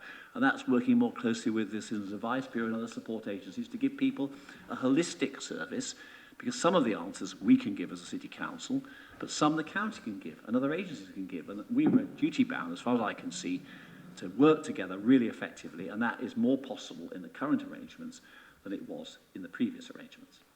On to the second question about monitoring the numbers. Absolutely, we'll be monitoring the numbers very, very closely. There is quite a lot of slack in the system, so if numbers go up, we can accommodate more people coming than are presently telling us they wish to do so. On esprit de corps, absolutely, the unions, as we've heard from Councillor Rowley earlier on, and staff have been involved in designing the layout of the building, so I'm absolutely sure they are bought in, and I've got no reason to believe that they are not coming willingly and happily to these new surroundings. And obviously, as with any move, if there are gremlins in the system, things don't work out as well as they should in some aspects, of course we will look at them again, because we want the staff to feel happy and rewarded and enthused, frankly, about coming to work for this council. And one of the things that does that is providing with great accommodation and a great place in which to work. And finally, on the third question about working from home, Yeah, we are working on working from home policies. That's not part of this particular proposal on the table, but I am aware that we are working up a new working from home policy, and at some point I'll be bringing, I'm sure, this to this council. Thank you. Any other questions, comments? Now, if we wanted, after this debate, I'm not sure whether we yet should vote, but if there were any specific requests to discuss the confidential appendix, then we have to stray into private session and we have to ask the public to leave and the filming to stop. I just want to know if there is anyone who would like to do that at the end of this particular agenda item. Because if not, I'm going to suggest we've done very well on time. I'm going to suggest that we take a vote on this now, in which case all those in favour please indicate. Those against? Abstentions? 1. It's carried. Thank you very much indeed. So let us now be at, exactly according to that clock. I think it's a bit fast. It's exactly 6:30 according to that. So let's take the break now for half an hour, and then we can proceed to the final agenda item. So thank you very much. Just to remind you, and maybe for the benefit of the new councillor, we have, when people speak, they have up to 3 minutes, but after 2.5 minutes, there will be a wonderful buzz to tell you that you only have half a minute, and then there'll be a cut-off point after 3 minutes, so you are not meant to speak for more than 3 minutes. And just so that you understand, depending on how quickly we go, because we've been very fast so far, there is a proposal to try and merge 2 of the motions, cover them together. They're not one motion, but to cover 4 and 5 together. So that depends on how quickly we get through them, because if everybody takes the opportunity to speak for their 3 minutes and then others speak at length, we'll not get to them. But that's just an exhortation to you. So we'll come to the first motion now, which is, I'm just finding it in my sheet. This is on, sorry, have you got it there? This one, yes, sorry. So it's declaring an ecological emergency. And this one is slightly complicated, as you'll discover, because we have an amendment and an amendment of an amendment. So there is a serious order. Now, the proposer was meant to be Councillor Pegg, but I believe, am I right, it's you, Chris Jarvis, is it, proposing it? So please fire off. Thank you, Lord Mayor, and apologies that Councillor Pegg can't join us. I'm going to read what she would have said, and you just have to imagine it in her much better voice than mine. So we're in the midst of an ecological emergency, and it's not something that's coming in the future. It is here and now. Nature is in free fall, with biodiversity declining faster than ever before. From droughts and flooding to wildfires and soil that cannot produce quality food, we're already experiencing the devastating results of wrecking our natural world. For both people and the planet, we have to take urgent action to reverse this trend, and we have to do it in this decade. The UK State of Nature report found that more than 1 in 10 species in England are at risk of extinction. Hedgehogs, swifts, barbastelle bats, crested cowwheat, weasels, Eurasian beavers, the smooth snake, ghost orchids.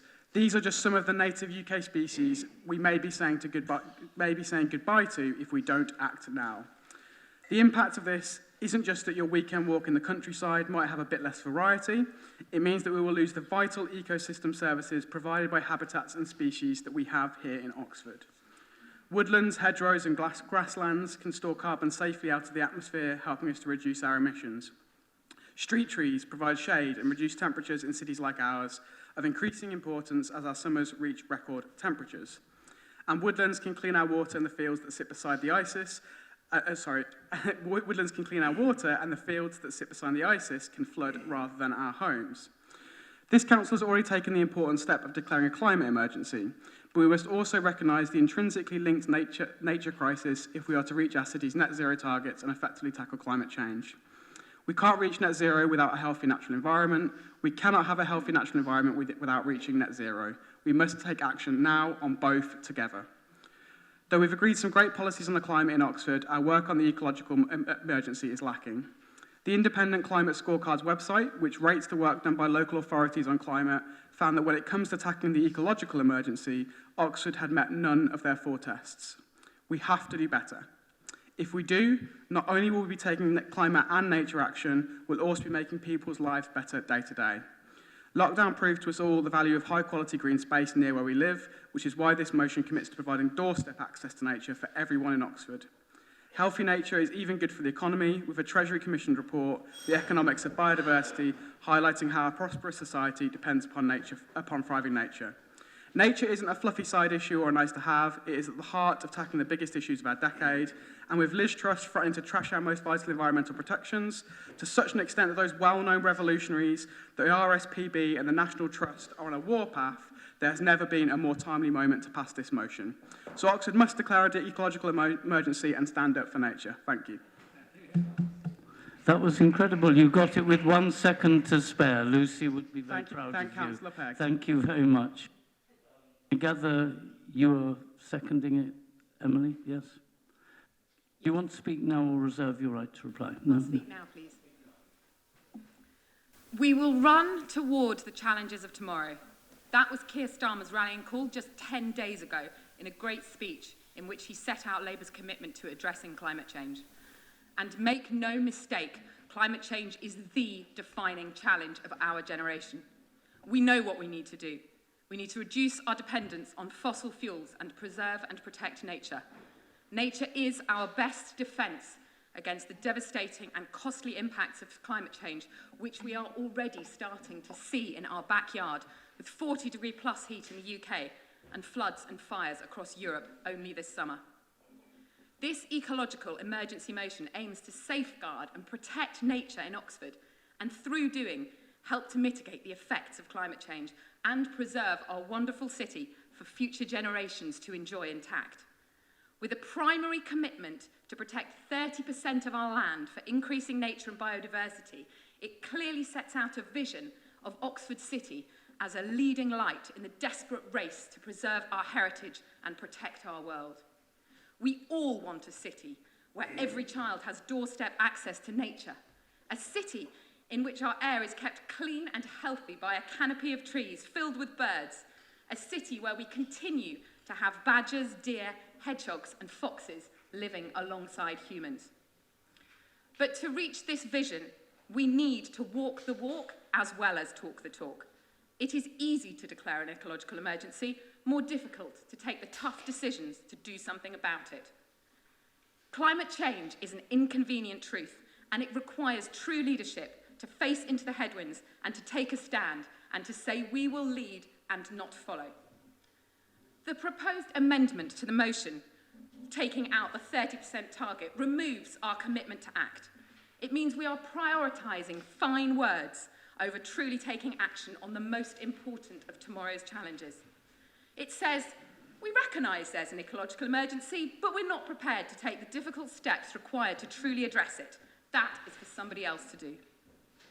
But I ask you, if not us, who? And if not now, when? If we in this room are not prepared to do something which the scientific evidence says is essential because it might cause us future inconvenience, who do we expect to act instead of us? Actions speak louder than words. I urge you all to put planet above politics, to reject the proposed amendment which renders the motion toothless, and to take the decision we need to address this most essential challenge of tomorrow. Thank you. I gather we have now a first amendment, which is by Jemima Hunt, Councillor Hunt. And do you have a seconder? Imogen Thomas, thank you. Would you like to speak now? Yes, I'll say a few words. We welcome this motion from the Greens, and as a Labour Council, we're very proud of having reaffirmed and expanded our 2019 Climate Emergency Declaration, with the 2021 motion that declared the climate and ecological emergency should guide all future decision-making. In line with Labour's manifesto commitment for a greener, fairer future, strong measures are already in place here in Oxford to protect and enhance our green infrastructure, including the urban forest strategy that looks at tree protection and the Oxfordshire Nature Recovery Network, which is a key policy objective of the Oxfordshire 2050 plan. By inserting this detail, which really is just focusing on Oxford's residents, needed to ensure that Oxford's residents are the beneficiaries of this renewed declaration of our ecological breakdown, we are hoping to build on the existing motions and move forward with greening our city. Thank you. Thank you very much. Now, your seconder, I know you're going to propose a further amendment, but do you want to speak to this now or speak to your further amendment? Which would you like to do now? I'd like to speak to this now and then go straight on, if I may, to propose my amendment. Please do. Thank you very much, Lord Mayor. To be clear, it is so important, and we welcome the Screen motion, and the amendments we have are minor quibbles. In the spirit of their motion, we accept it entirely, and I welcome always being scrutinised, always being challenged, always being given new targets and new heights to climb to, because as Councillor Kerr so rightly says, we have no time to lose, and the time to act is now. As she said, actions speak louder than words, and whilst one of the words is this 30% target, and we have chosen to amend that in Councillor Hunt's amendment, that is due to taking this motion seriously, to going away and actually talking to officers who advised that we would need to do an assessment to understand if this is achievable. That does not mean that we're watering down that target needlessly. That means that here in Oxford City Council, as you'll know, we believe in science-based targets. That doesn't mean wishy-washy targets. In fact, science-based has in the past meant that we've had more ambitious targets than the national targets. For example, committing to being a net zero city by 2040 ahead of 2050 based on the advice of our scientific advisor. So we will take that figure away. We don't want to pluck a number from thin air. If we can make it more ambitious, we will. That's a promise I'll make to you. But we need our targets to be meaningful so that we can keep public trust that we are doing the right thing here. So I just wanted to address that. There are many points in this motion that I think are brilliant, and I wanted to highlight some of the ways that we're already looking at addressing them. So having doorstep access to nature has been proven during the pandemic to be more vital than ever. And through our work on the local plan with green infrastructure planning, we're really addressing that need and putting it front and foremost. And this is a climate justice point, because we know that some people in our city are less well connected than others, and the local plan will play a really important role in addressing that. Councillor Jarvis, or Councillor Pegg by proxy, spoke about how we need to tackle the climate and ecological emergencies together and invest in local nature-based solutions as well as the other part of the wording. And in terms of doing those two things at once, and really the whole being greater than some of its parts, we are making sure that the link between carbon and biodiversity is really picked up on in our net zero carbon action plan. So there's more to see there. And also in terms of investing in local nature-based solutions, I wanted to flag the Oxford Flood Alleviation Scheme, which is one of the biggest schemes in the country at a whopping £150 million. But there is always more to do. And yes, and this is the point, Lord Mayor, if I'd like to move to my amendment. No, thanks, because you're just near the end of the 3 minutes you're allowed. This is now your motion without notice to amend the amendment. Do you have a seconder? Okay, thank you, Councillor Hayes. Okay, would you like now to speak to that? Okay, yep. So this motion, it's a minor technical correction, which is why it's without notice as per the Constitution. It's only to quibble, just to get it technically correct. It doesn't matter who did this ultimately, it matters that we're taking decisive action. But 1 year ago, almost to the day, we, as a Labour council, a Labour group, amended a Green motion to extend our commitment to declaring climate emergency to also declare ecological emergency. So it's just, this amendment is to pick up on the fact that that happened And I'd like to take a moment, if I may, to just update everybody on the progress that's been made after that 2021 motion, which is that we have delivered on every, and it was a green motion, sorry, we've delivered on every action point there. I can give you a breakdown by email if that would be helpful. But really just to say thank you for bringing this motion. Thank you for helping us to reaffirm our commitments to tackling the ecological crisis, because we need to live within our ecological constraints, and a livable future means changing our relationship with the earth radically, and that starts at Oxford City Council. We have a really important role to play. Thanks very much. Thank you very much. Do you want to speak now, Tom? Just very briefly, it's great to see Imogen striking such a consensual tone in working with the Greens, and I think it's really important that we do take that forward. But I think it's also important to say that, just as Imogen has talked about that previous motion of January 2020 achieving all that it set out to do, every single thing in this motion is already being done. So the reason I'm saying that is because we absolutely, as a council, need to be having the administration scrutinised. Exactly as Councillor Kerr was saying, the planet is in peril. And the only way in which this administration will do everything it absolutely needs to is if it's got the sharpest, clearest scrutiny and focus. And I think it's really important not just to scrutinise the actions that the administration is taking, but also to set a new or a different vision. That we clearly understand what the Green or the Liberal Democrat vision is of climate justice that's married to social justice. Because that, through the exchange of ideas, through democratic debate, is how as a council we all do better. And I am just slightly concerned that we're going to be passing an amended motion which says that we'll do new things, but we are doing those things. Thank you very much. Now, I've had careful instruction about the order in which we must do things, because we have a motion, we have an amendment, we have an amended amendment, and so apparently the next stage is we have a debate. It's not questions, it's a debate, and I know that Councillor Turner put his hand up, so you would like, I must make notes, Councillor Hollingsworth. First of all, you, Councillor Ed. Thanks very much, Lord Mayor. There are just two substantive things I wanted to say. One is that I welcome the spirit of this. And I have to say, I've probably become a relatively late embracer of the joys of nature on my doorstep, but I'm very lucky. I live in Rose Hill, and we've got tremendous access in Rose Hill and Iffley to all sorts of wonderful sites. And if people don't know them, you know, from Kennington Meadows through to the Oriel Field, the Meadow Lane Nature Park, actually also Rose Hill Recreation Ground, which has become infinitely more attractive, both through the legions of youngsters playing football, which did a few years ago, but also the many community planted trees by our wonderful low carbon group, Rose Hill and Iffley Low Carbon. And if people want to see what kind of grassroots activism on this can do, then check it out. There's also a meadow planted behind a school on school property, which was done by different community groups. I think it's absolutely fantastic.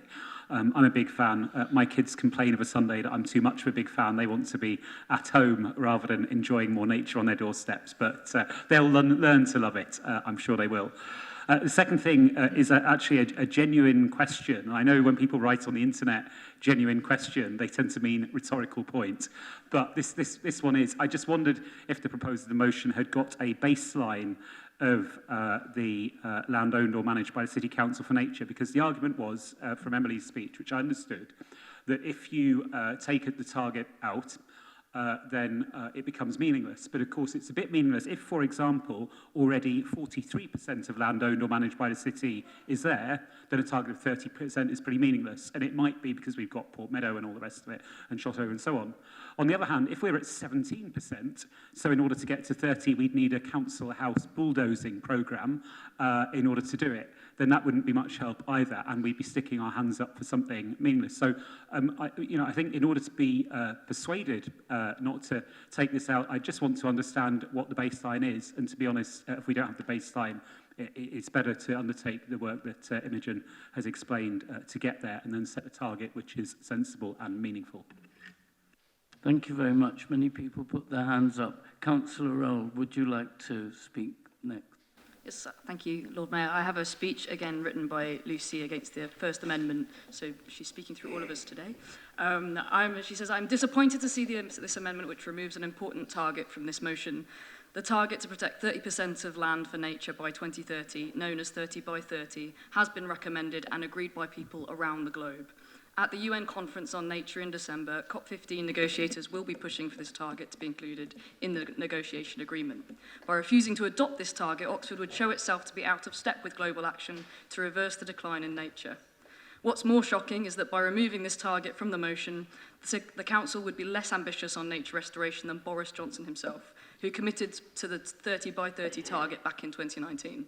Admittedly, his record on actioning this target was poor, but even if we can't even march to the Tories on environmental commitments, I'm not sure we can call ourselves climate leaders. I'm reminded that we're currently debating whether to amend well, we've got two lots of amendments, but we're meant to be discussing amending Councillor Hunt's amendment and then Councillor Thomas's amendment. So we're discussing the amendments. It's confusing, but that's what we're discussing.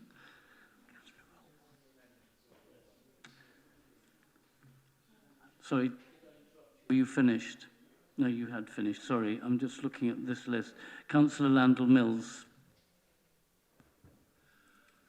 Thank you. This is a modest point that goes some way towards addressing perhaps the impasse between the two motions, which is that in the medium term to long term, I feel that the either policy will be lacking in ambition.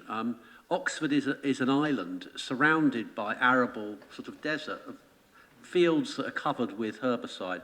You know, which really contribute very little to biodiversity or ecology. And I think it's quite reasonable now, as you can see through biodiversity net gain, offshoring is to an extent permissible.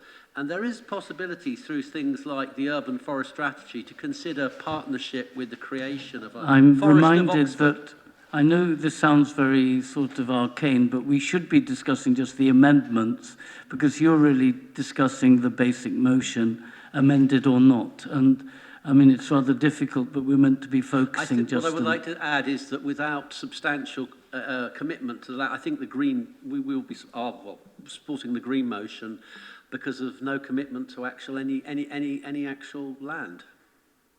Okay, I'm now looking at my list.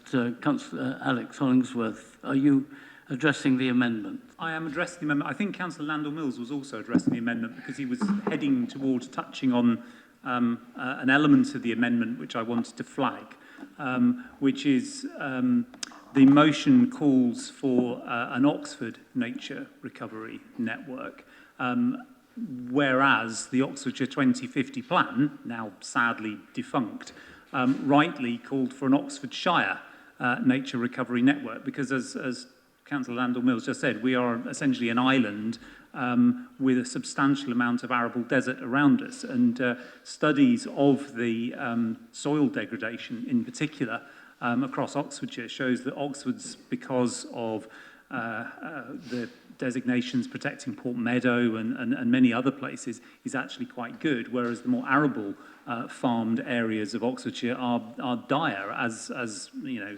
and as many arable farmed areas are in the rest of the country and abroad. And that's why I support that particular change to the amendment. I regret that the 2050 plan has fallen apart, unrelated to this particular issue. And you will see in our local plan 2040 consultation document references to that Oxfordshire Nature Recovery Network. And I think it is important to be thinking county-wide and maybe even beyond, because we can't just kind of imagine the, whatever it is, 45 square kilometres, about 5,000 hectares of Oxford, and then a kind of a white space around it. It's not. The rivers flow into the city and then back out of the city. The nature, the environmental corridors for mammals and insects flow in and out of the city. And as a sort of a reflection on that, when I'm not being a councillor, I have a brief bit of spare time to chair the largest allotment association in the city, and the difference between the way our allotment gardeners treat their soil and the resulting biodiversity of all sorts on those places, and how farms treat their soil, I think is very, very instructive as to how we should be tackling this issue. And as a final comment, the point about the 30%, I mean, just a basic glance at a map will show that we've almost certainly got more than 30% now. So a 30% target seems inadequate. That's all that Councillor Thomas and Councillor Hunt are trying to flag. And I think we can set a much more ambitious target without inventing a number if we do a little bit of work and then bring it back to the Cabinet. So I hope actually the Greens will accept the amendments in the spirit in which they are intended, which is to set the most ambitious target we can, not just one that Boris Johnson thinks is good, because I think we can do a lot better than that. Councillor Miles. Thank you. I'd like to speak against the amendment. I mean, really, we need to follow what's set out in international frameworks as something that we are aspiring to, or if we're indeed already meeting, then why are we making this amendment today? We've got to measure what matters, and nature and ecology matter to us here in the city and to the people that we represent, and they matter to the world as well, because otherwise we're not going to be able to address the climate emergency. I'd like to speak to the wider motion later. I'm hoping that this amendment falls, but to Councillor Turner's point, we can learn from other cities and how we get there in terms of existing buildings, and the point you made about whether we are removing housing to create space for biodiversity. No, we don't need to do that. We've got green walls, we've got green roofs, and we've got a huge amount of capacity there that we haven't explored to increase the biodiversity within our city to address this ecological emergency. Thank you. Thank you. I'm getting worried that we're discussing this. You may be aware we only have 60 minutes in total for motions, and we've got to go through and then vote on the amendments, and then we end up voting presumably on the amended motion. Just remind you of that. But Linda Smith, you had your hand up earlier. Thank you. Yeah, I just wanted to make some comments on the 30% target. I mean, I think a target like that might make more sense and be more straightforward, where if you're talking about like landowners, that are leasing out fields for particular uses, it's far more complicated for a council like us.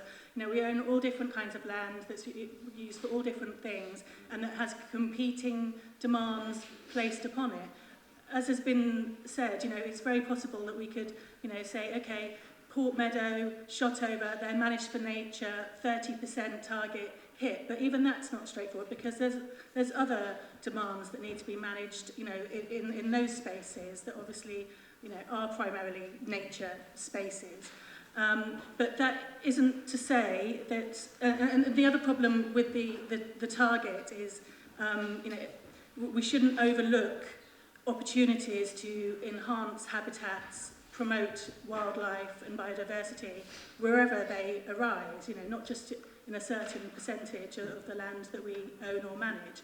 And I think we've got a good track record of doing that, whether it's the tiny forests, whether it's the green neighbourhood grant schemes, whether it's the annual cut and collect on the grass verges, or more significant, but which doesn't get talked about often, the wildflower meadows which have been created in quite a few of our parks, down at Sunnymead, at Brasenose Woods, in Old Marston, and Osney most recently, creating large areas of wildflower meadows. Does that mean those areas are managed for nature within this 30% or not? It's not clear, because, as I said, the most of the land we look after has to be managed for a number of different uses. Thank you. I'm going to suggest, because it looks as if we could spend the entire hour just going through like this, what we should do, I suggest, if that's acceptable, is first take a vote on the second amendment, which is Councillor Thomas's. That apparently is the order in which we should take it. So I'm going to ask if that's acceptable, because many of the comments... Apologies, James. I think there was the impression that we were speaking on the other amendment, and there may well be No, speeches. apparently the order is that we first take the second... I understand, but judging by the speeches that have taken place... Could I just ask the monitoring officers to clarify?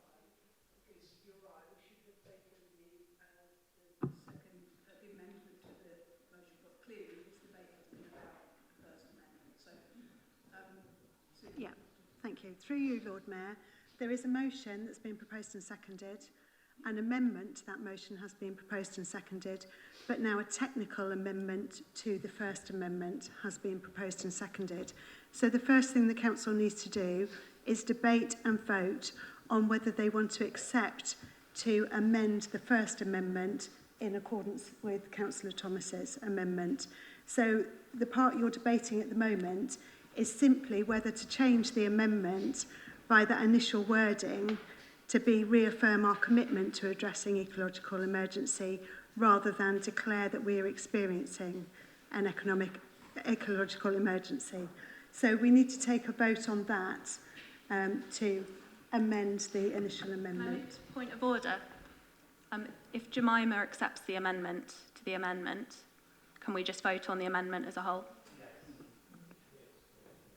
I believe that we have to vote because they're in front of us. I mean, it may be a formality and we'll go quickly through the vote, and maybe you won't need the right to up to 3 minutes to reply at this point. But if that is acceptable, maybe I was going to suggest, unless there is some really strong objection to that one change of word thing that we had read out, can we vote on that now? If so, I'm going to ask, because we still can have the debate about the amended motion later. So if that's acceptable, I'd like us to go first to vote on the second amendment proposed by Imogen Thomas. So could I ask those in favour to indicate? Those, you roughly counting? I mean, it's a majority.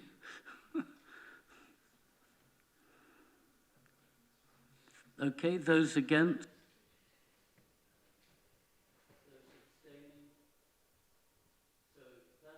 That is carried. Now we need to turn to the revised amended motion. Jemima, do you want to use your right of reply? Or we have... She's done that. So she's done it. We'll now continue the debate we were having. Okay, we continue the debate on that.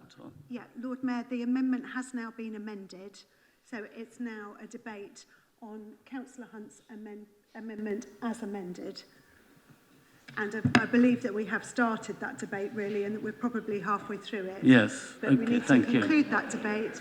There'll then be a right of reply and then a vote. Chris. Thank you, Lord Mayor. I will commence the debate on the amendment as amended with remarks more or less intended to wrap up the debate that began improperly earlier. All I would like to say is to any councillors in two minds as to the merits of the target that is present in the original Green motion and which this amendment seeks to remove, which is better, to have a target which is too ambitious and which you might need to revise later, but which you will be accountable for when you do so, or to have no target and a pledge to think about one in the future. One of those things seems strictly more binding than the other, and having set that target is no prohibition against amending it as required in the future. Thank you. Please oppose the amendment. Thank you. Now, can I see who else would like to speak about the amended motion? Catherine, yes, you'll go. So, point of order, just to clarify, this is the amended motion. So I wanted to support actually the original motion put forward by our Green friends here. As has already been stated, we've declared a climate emergency, and as we at the last council meeting had that meeting at a time when we were facing extreme heat. It wasn't very good for the biodiversity then, and it will continue to be the case going forward. In the sixth assessment report of the IPCC, they stated that human-induced climate change, including more frequent and intense extreme events, has caused widespread adverse impacts to nature as well as people. And the Global Assessment Report on Biodiversity and Ecosystem Services has concluded that despite insufficient action, it's not too late for us to address the climate or biodiversity emergencies, but that transformative action is needed at all levels, including at local government.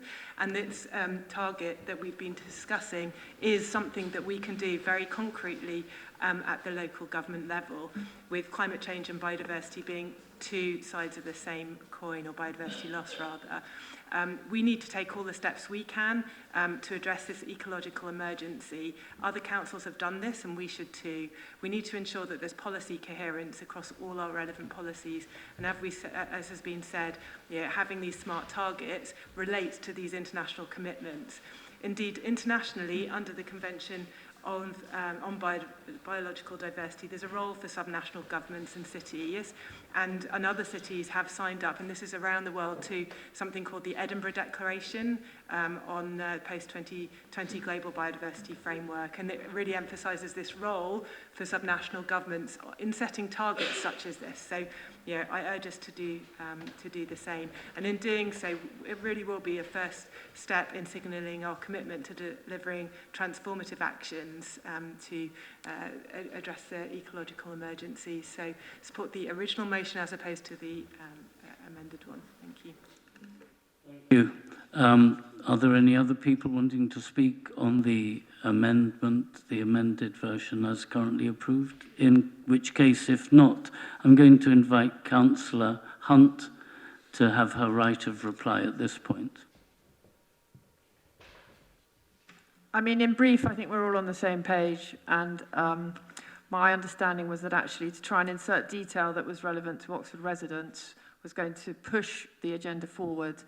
I would just like to say also that having family in Brazil and watching what was happening last night in the elections, my mind has been entirely on the green agenda and what we need to be doing globally. But this motion, I think, to try and focus somewhat on Oxford residents will benefit all here. Thank you very much. So, which of you is going to, are you going to act as Lucy and respond? Okay, yes, you have your right to reply now. Yeah, I'll be incredibly brief because I'm looking at the clock and there's some brilliant motions that we can hopefully get through. Broadly, I think I'm very glad that there appears to be consensus behind the motions and that the quibbles appear to be technical in terms of the amendments. Just because we didn't get to touch on it earlier in the confusion around which amendment was being debated, the reason why we voted against the technical amendment was because the motion that we understand that was referring to was a motion that didn't mention the word nature once, and it was unclear in the wording, and so I think the disagreement we have there is around the wording of the previous motion that was being referred to in October 2021 rather than the substance of it. But nonetheless, I'm happy that it appears that we're moving towards a consensus for the motion likely to be amended.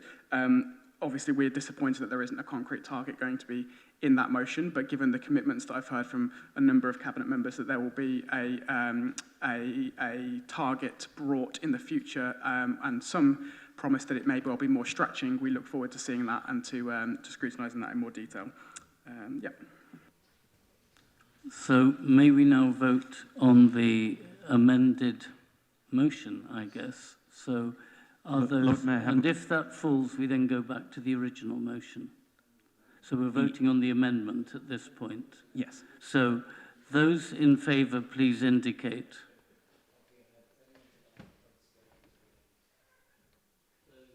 Against? Abstentions? It is carried. So the amendment is carried. So we're now proceeding to the amended motion.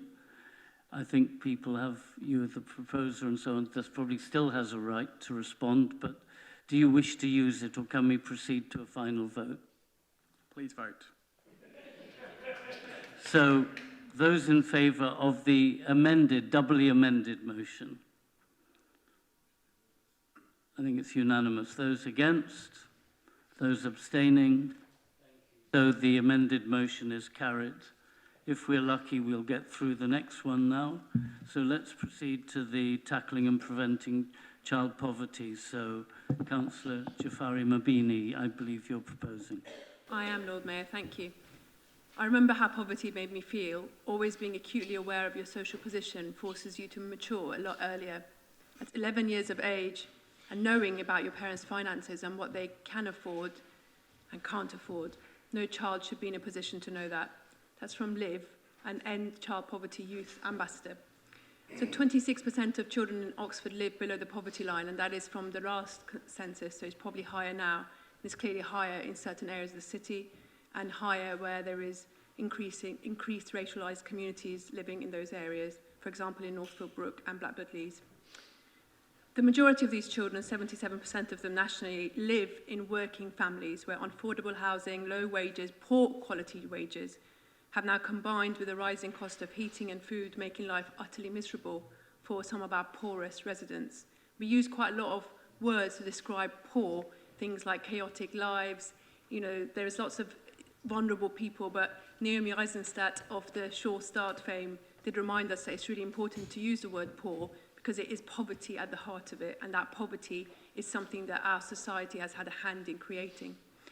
And who has created these? Well, we don't need to look very far with this banker's budget during this cost of living scandal that's been created by this Tory government, but nothing paints a picture of the atmosphere that pervades, is that they actually really work on dividing us to create division so that they can carry out things like their banker's budget.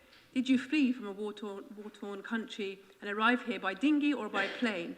Are you the third or the fourth child of this family, in which case your benefits are actually going down per child, and that means that your parents are going to be even more anxious about paying the bills.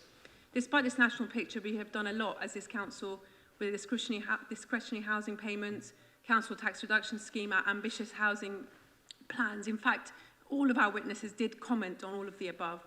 But we do need to do more. This city is very, very unequal. It's no surprise that Oxford and Cambridge are two of the most unequal cities in England.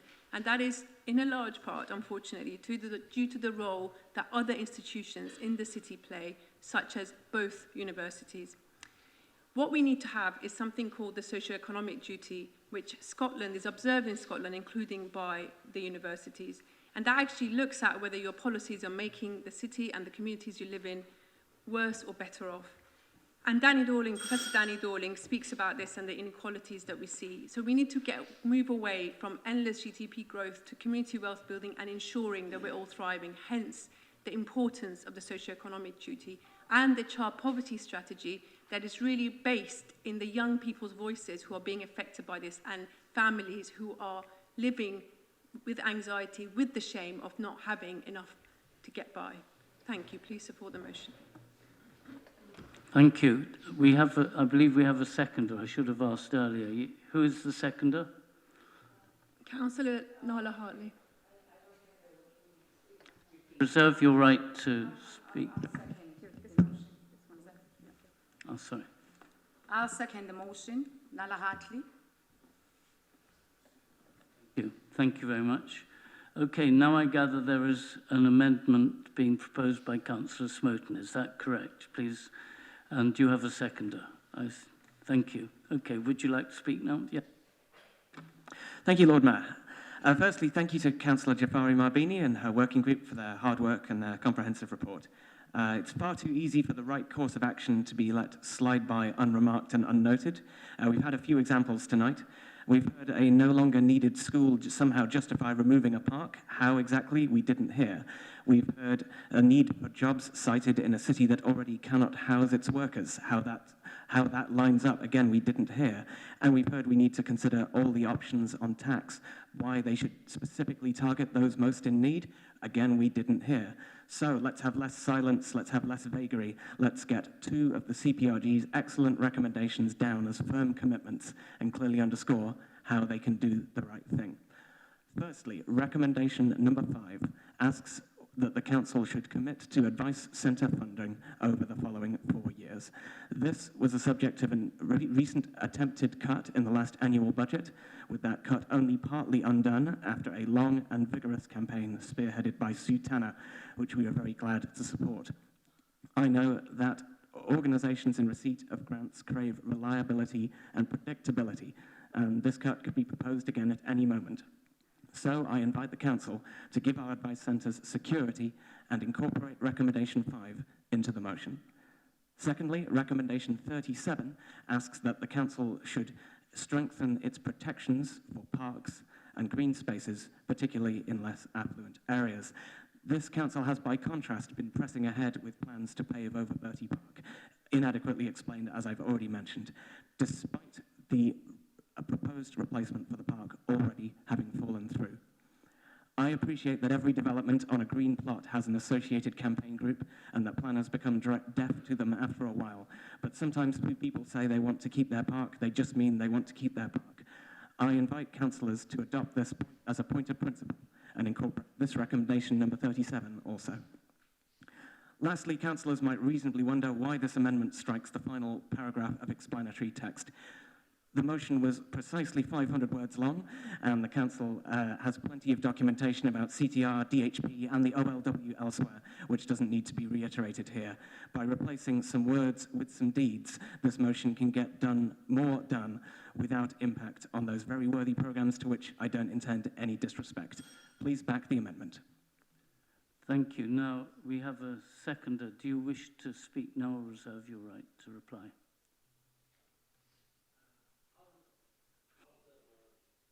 Thank you very much. We can proceed then to debate the amendment. This is a debate. Who would like to speak? Ed, and then, okay, you have your right as well. Thank you, and then Susan. Lord Mayor, I think first of all I ought to place it on record, and I don't think I have to leave the meeting or anything, but I'm a council-nominated rep to the board of Rosehill and Donington Advice Centre. So I want to place that on the record. I think, you know, and it would not surprise you, Lord Mayor, to know that as someone who is on the board of one of the advice centres in that capacity, but also has been I hope, a friend to the organisation and someone who's had a great many constituents who benefited from advice from that organisation and from our network of wonderful advice centres, I would love them to see them even better funded by us. I have to say I'd also love to see a world where the County Council reinstated their funding. That would be good, and I hope the Councillor will be able to take away the proposal of the amendment, will be able to take away that thought, and maybe the county will be able to reinstate some of the funding that was deleted by the Tories a few years ago. And it would also be good, to see any other sources of public funding become available, because they do tremendous work and undoubtedly help people really at the sharp end. There are other ways we're working to support them, including commissioning them to do other bits of work to support people as a council, so we do what we can. I think the tricky bit simply, you don't need a report to Cabinet on setting advice centre funding.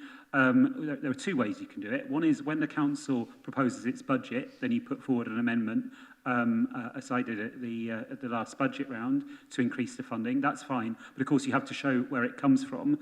Or the other thing which you can do is you can amend the grants report, and so you could say we want this organisation to have less money so that the advice centres get more money, and that too would be absolutely fine. There's no point at all, Lord Mayor, in debating in passing an amendment saying to bring forward a Cabinet report on something as straightforward as that. And I have to say, I think, as I've indicated earlier, it's going to be a really difficult budget round. There will be hard priorities, and I know that councillors will take their responsibility in weighing those priorities very, very seriously. We'll look at all of the calls on them, including the very valuable call with the advice centres. I'm really proud that we're one of a handful, I think, of councils to have kept advice funding going in the way that we have. I think it's really, really important, and the more we can do to support them, the better. But that's the reason I wouldn't be able to support this particular amendment. Thank you. Jabu Nala Hartley. Yes, I just wanted to support the motion by talking about the indignity of poverty. Are you addressing the amendment now? I was addressing the motion.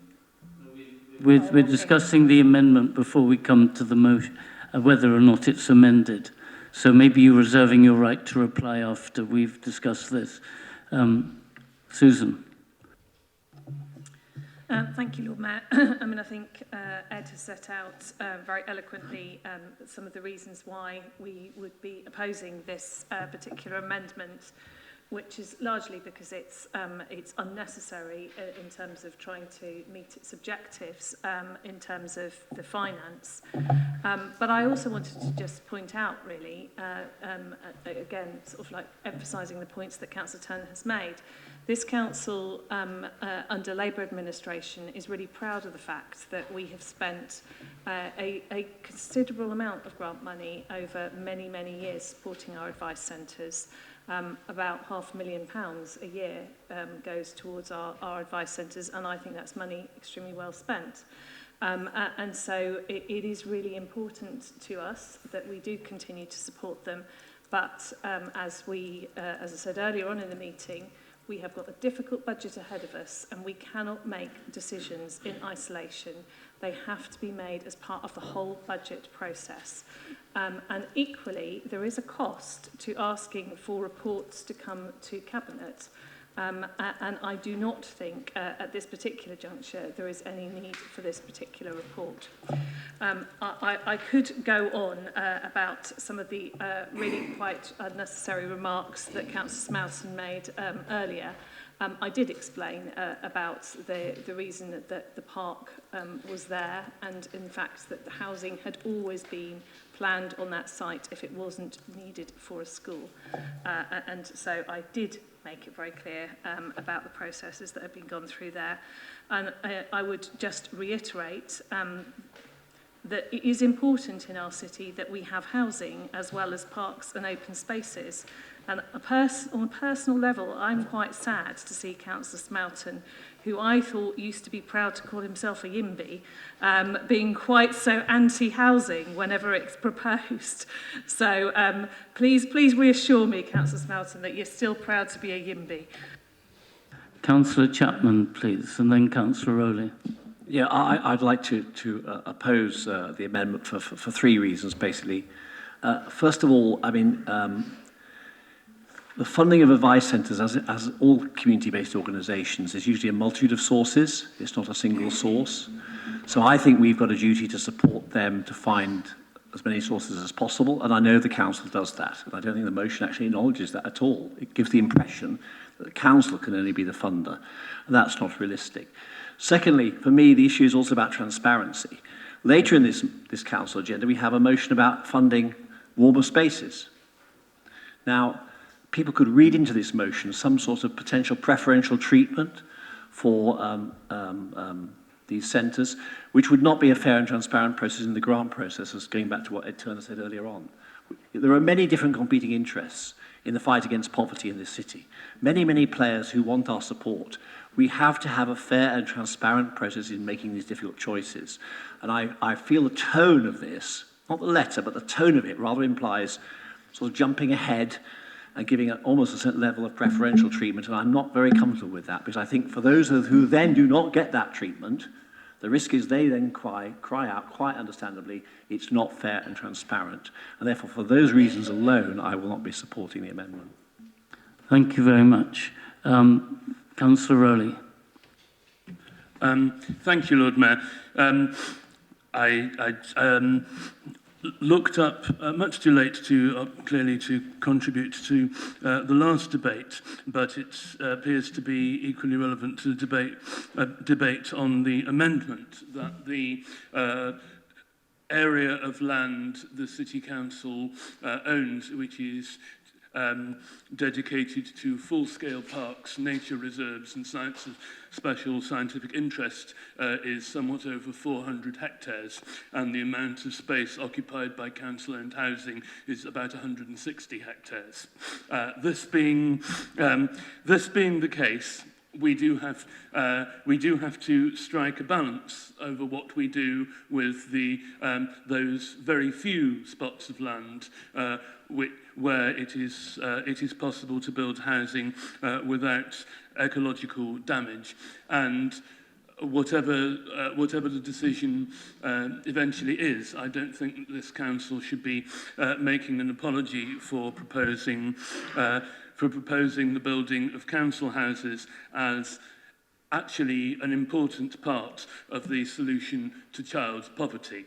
I can only cite the family in my ward a few months ago, where the mum, dad, and small child were living in Granny's conservatory. which wasn't heated during the winter because they couldn't afford anywhere else to live in Oxford or the immediate surrounding area, and they now have a new build council house. So I'm proud that this City Council is taking its responsibilities seriously to build as many genuinely affordable social rented homes as we can for our people.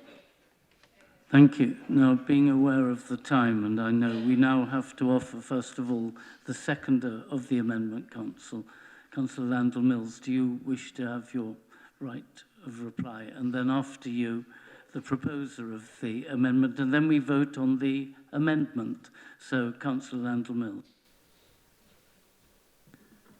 All these things, as has been stated, live in a balance, and the balance is finely tuned. I mean, local space is extremely important, and access to it is extremely important, as has been captured elsewhere. To simply ignore this thing and not include it seems to be a mistake. Also, though I think that Labour has a good record with community centres, we want to ensure that this is not in danger, and this is many people. It's a question of the particular versus the general in many different circumstances, and we think there's a correction to the balance, and I think the motion put forward corrects that balance. Thank you. Councillor Smoten. Thank you, Lord Mayor.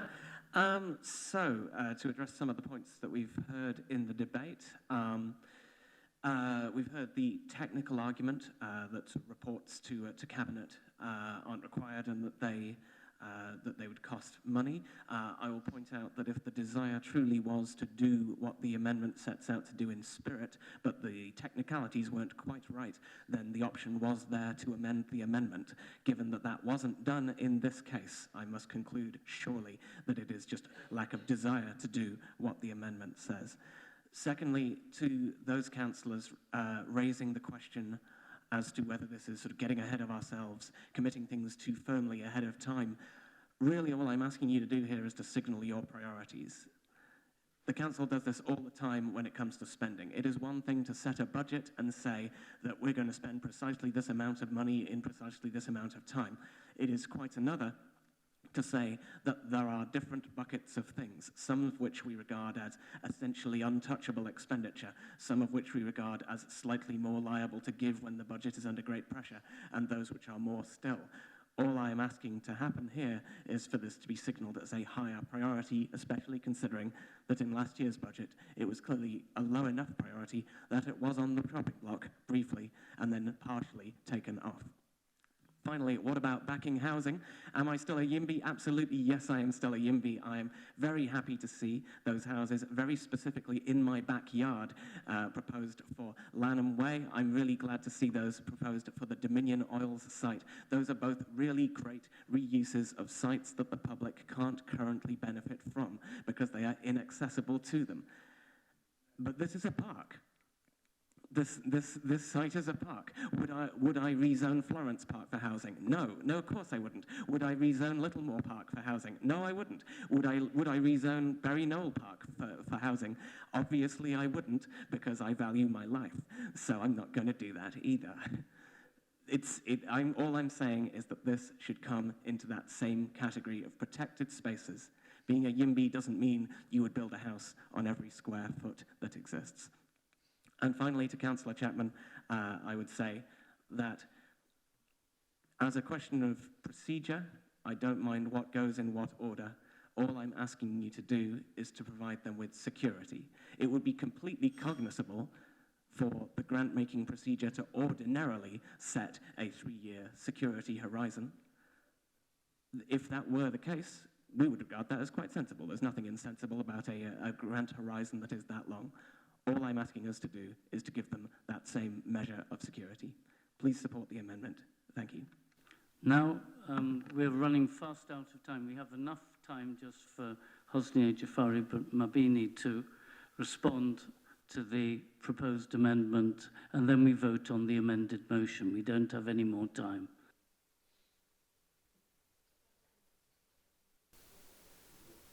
Do you want to? So. Did I move to suspend standing orders in order to complete the debate on this motion?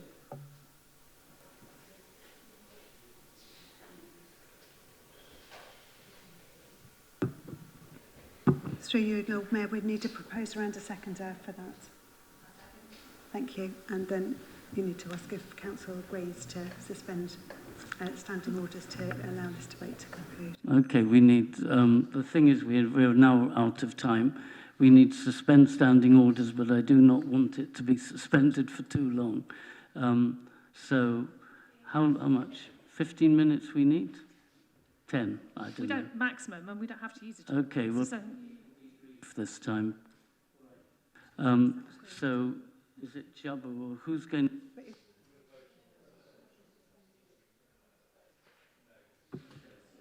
We need to vote. Are we agreeing to suspend standing orders for 10, 15 minutes? Thank you very much. Yes, ready to vote on the amendment, but I believe, am I not right, that she doesn't need to? Okay, we're going to vote on the amendment. Those in favour of the amendment?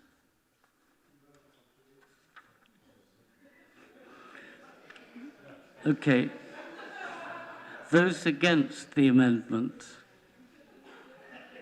Those abstaining?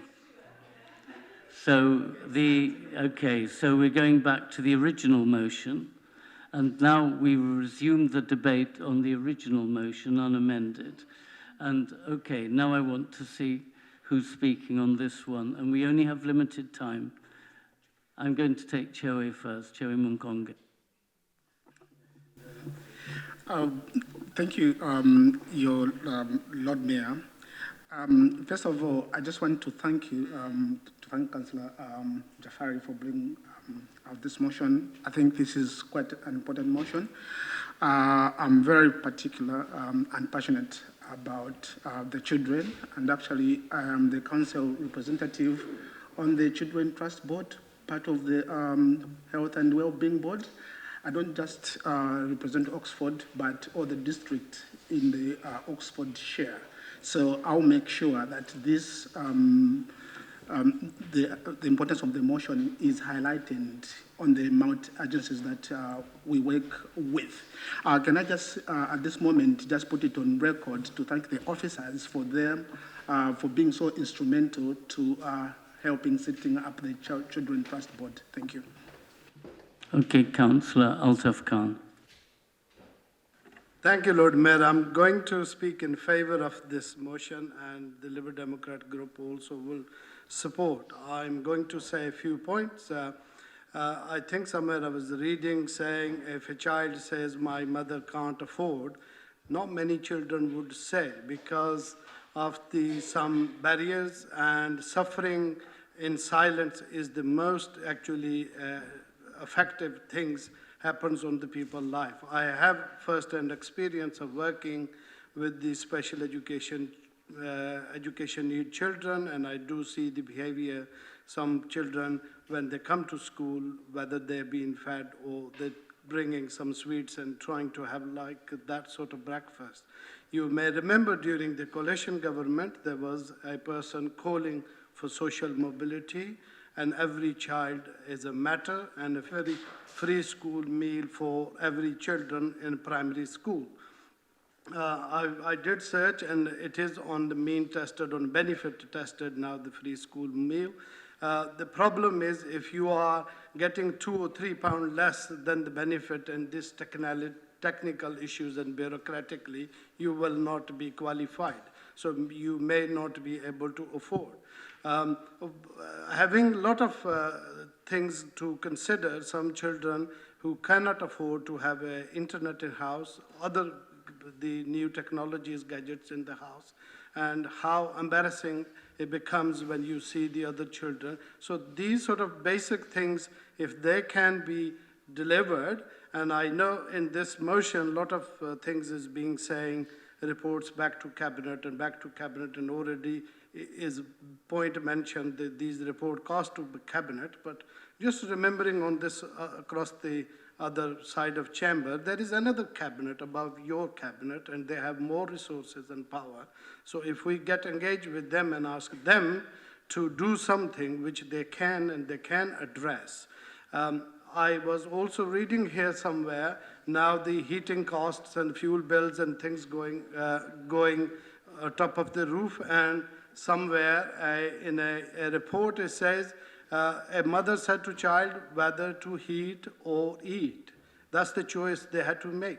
So looking into those circumstances, I think if this government, which we try always and never miss the points to criticize them, if they try to address this, and that cabinet would have more power to deal this, which is a national crisis in a way of the child poverty. Thank you. Thank you. Councillor Arshad was waving at me. Thank you so much. I really welcome this motion. I'm thankful to Councillor Husnia for proposing this, and obviously Councillor Jabber, who's going to second it. And obviously, what I want to say is, the question I want this council to ask themselves is, if a child is worried about their next meal, how will time ever be found for education? So with today's technology, a child will see what the developed world as we are in, but within we see the inequalities, even here in Oxford. I'm working with other partners, Oxford Community Action, who are doing a fantastic drive for not only giving donated laptops, iPads, so they can do just that. And, with thriving communities on way, I definitely see that the action point should be taken through for getting Oxfordshire online. So I thoroughly agree with that. The whole point is so that we eradicate that seed for resentment, for everyone to come on an equal level so they can be educated in a fair, dignified manner. I'm going to cut it short just because lack of time, but that's all I'd like to say right now. Thank you. Thank you very much. Now, time is short, but I know that Jabu Councillor Nala Hartley, do you want now to use your right as a seconder to speak? Yes, I will. I just wanted to address the indignity of poverty.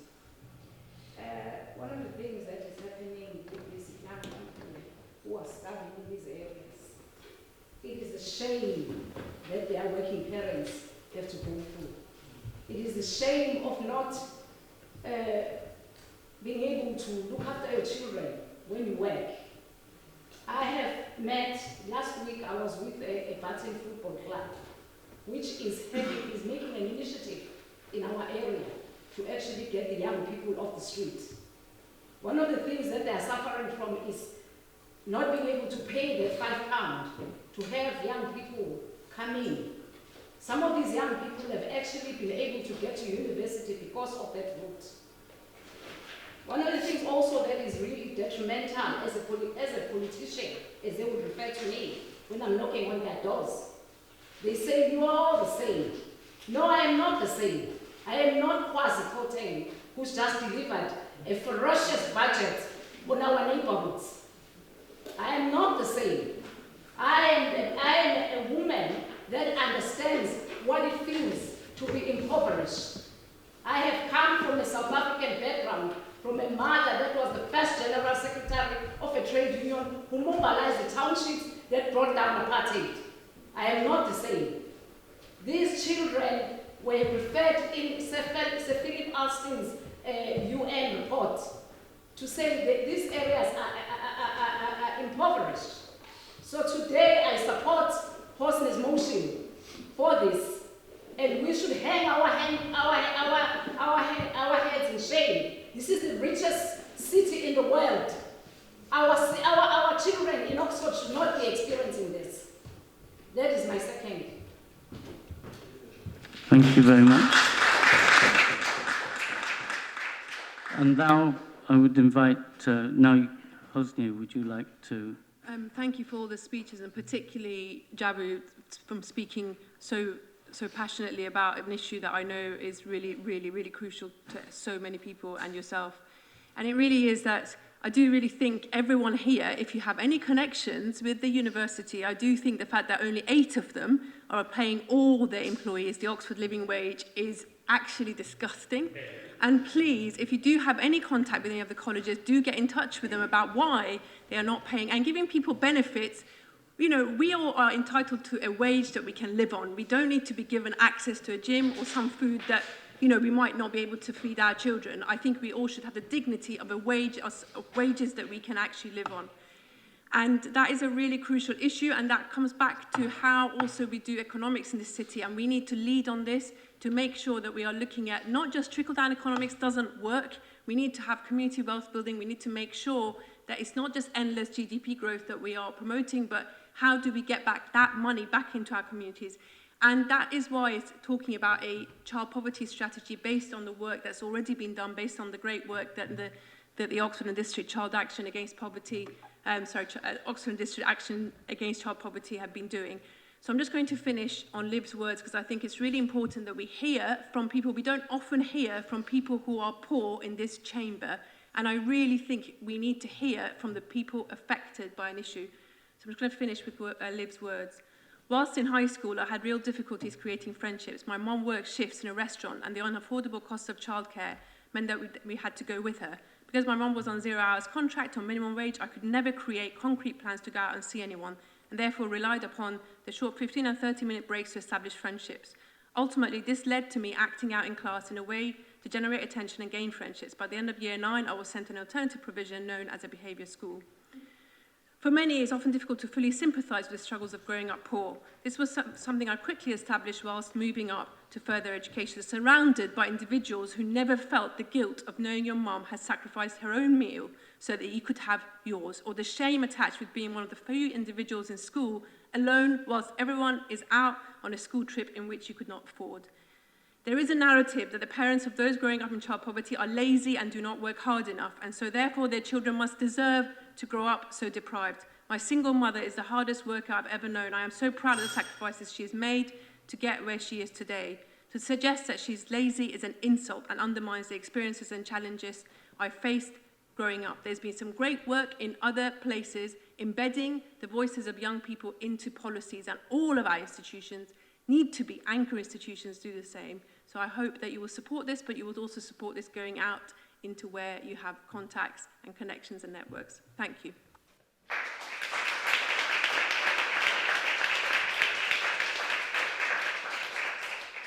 Thank you, Hosnia. Now we're going to take a vote on it. Those in favour? I think that's unanimous. We don't need to take any more votes. Thank you very much. And we now note, and I cannot remember when it is, well, somewhere in your papers is the date of the next full council meeting. So wherever it is and whenever it is, see you here then. Okay, thanks a lot. Bye.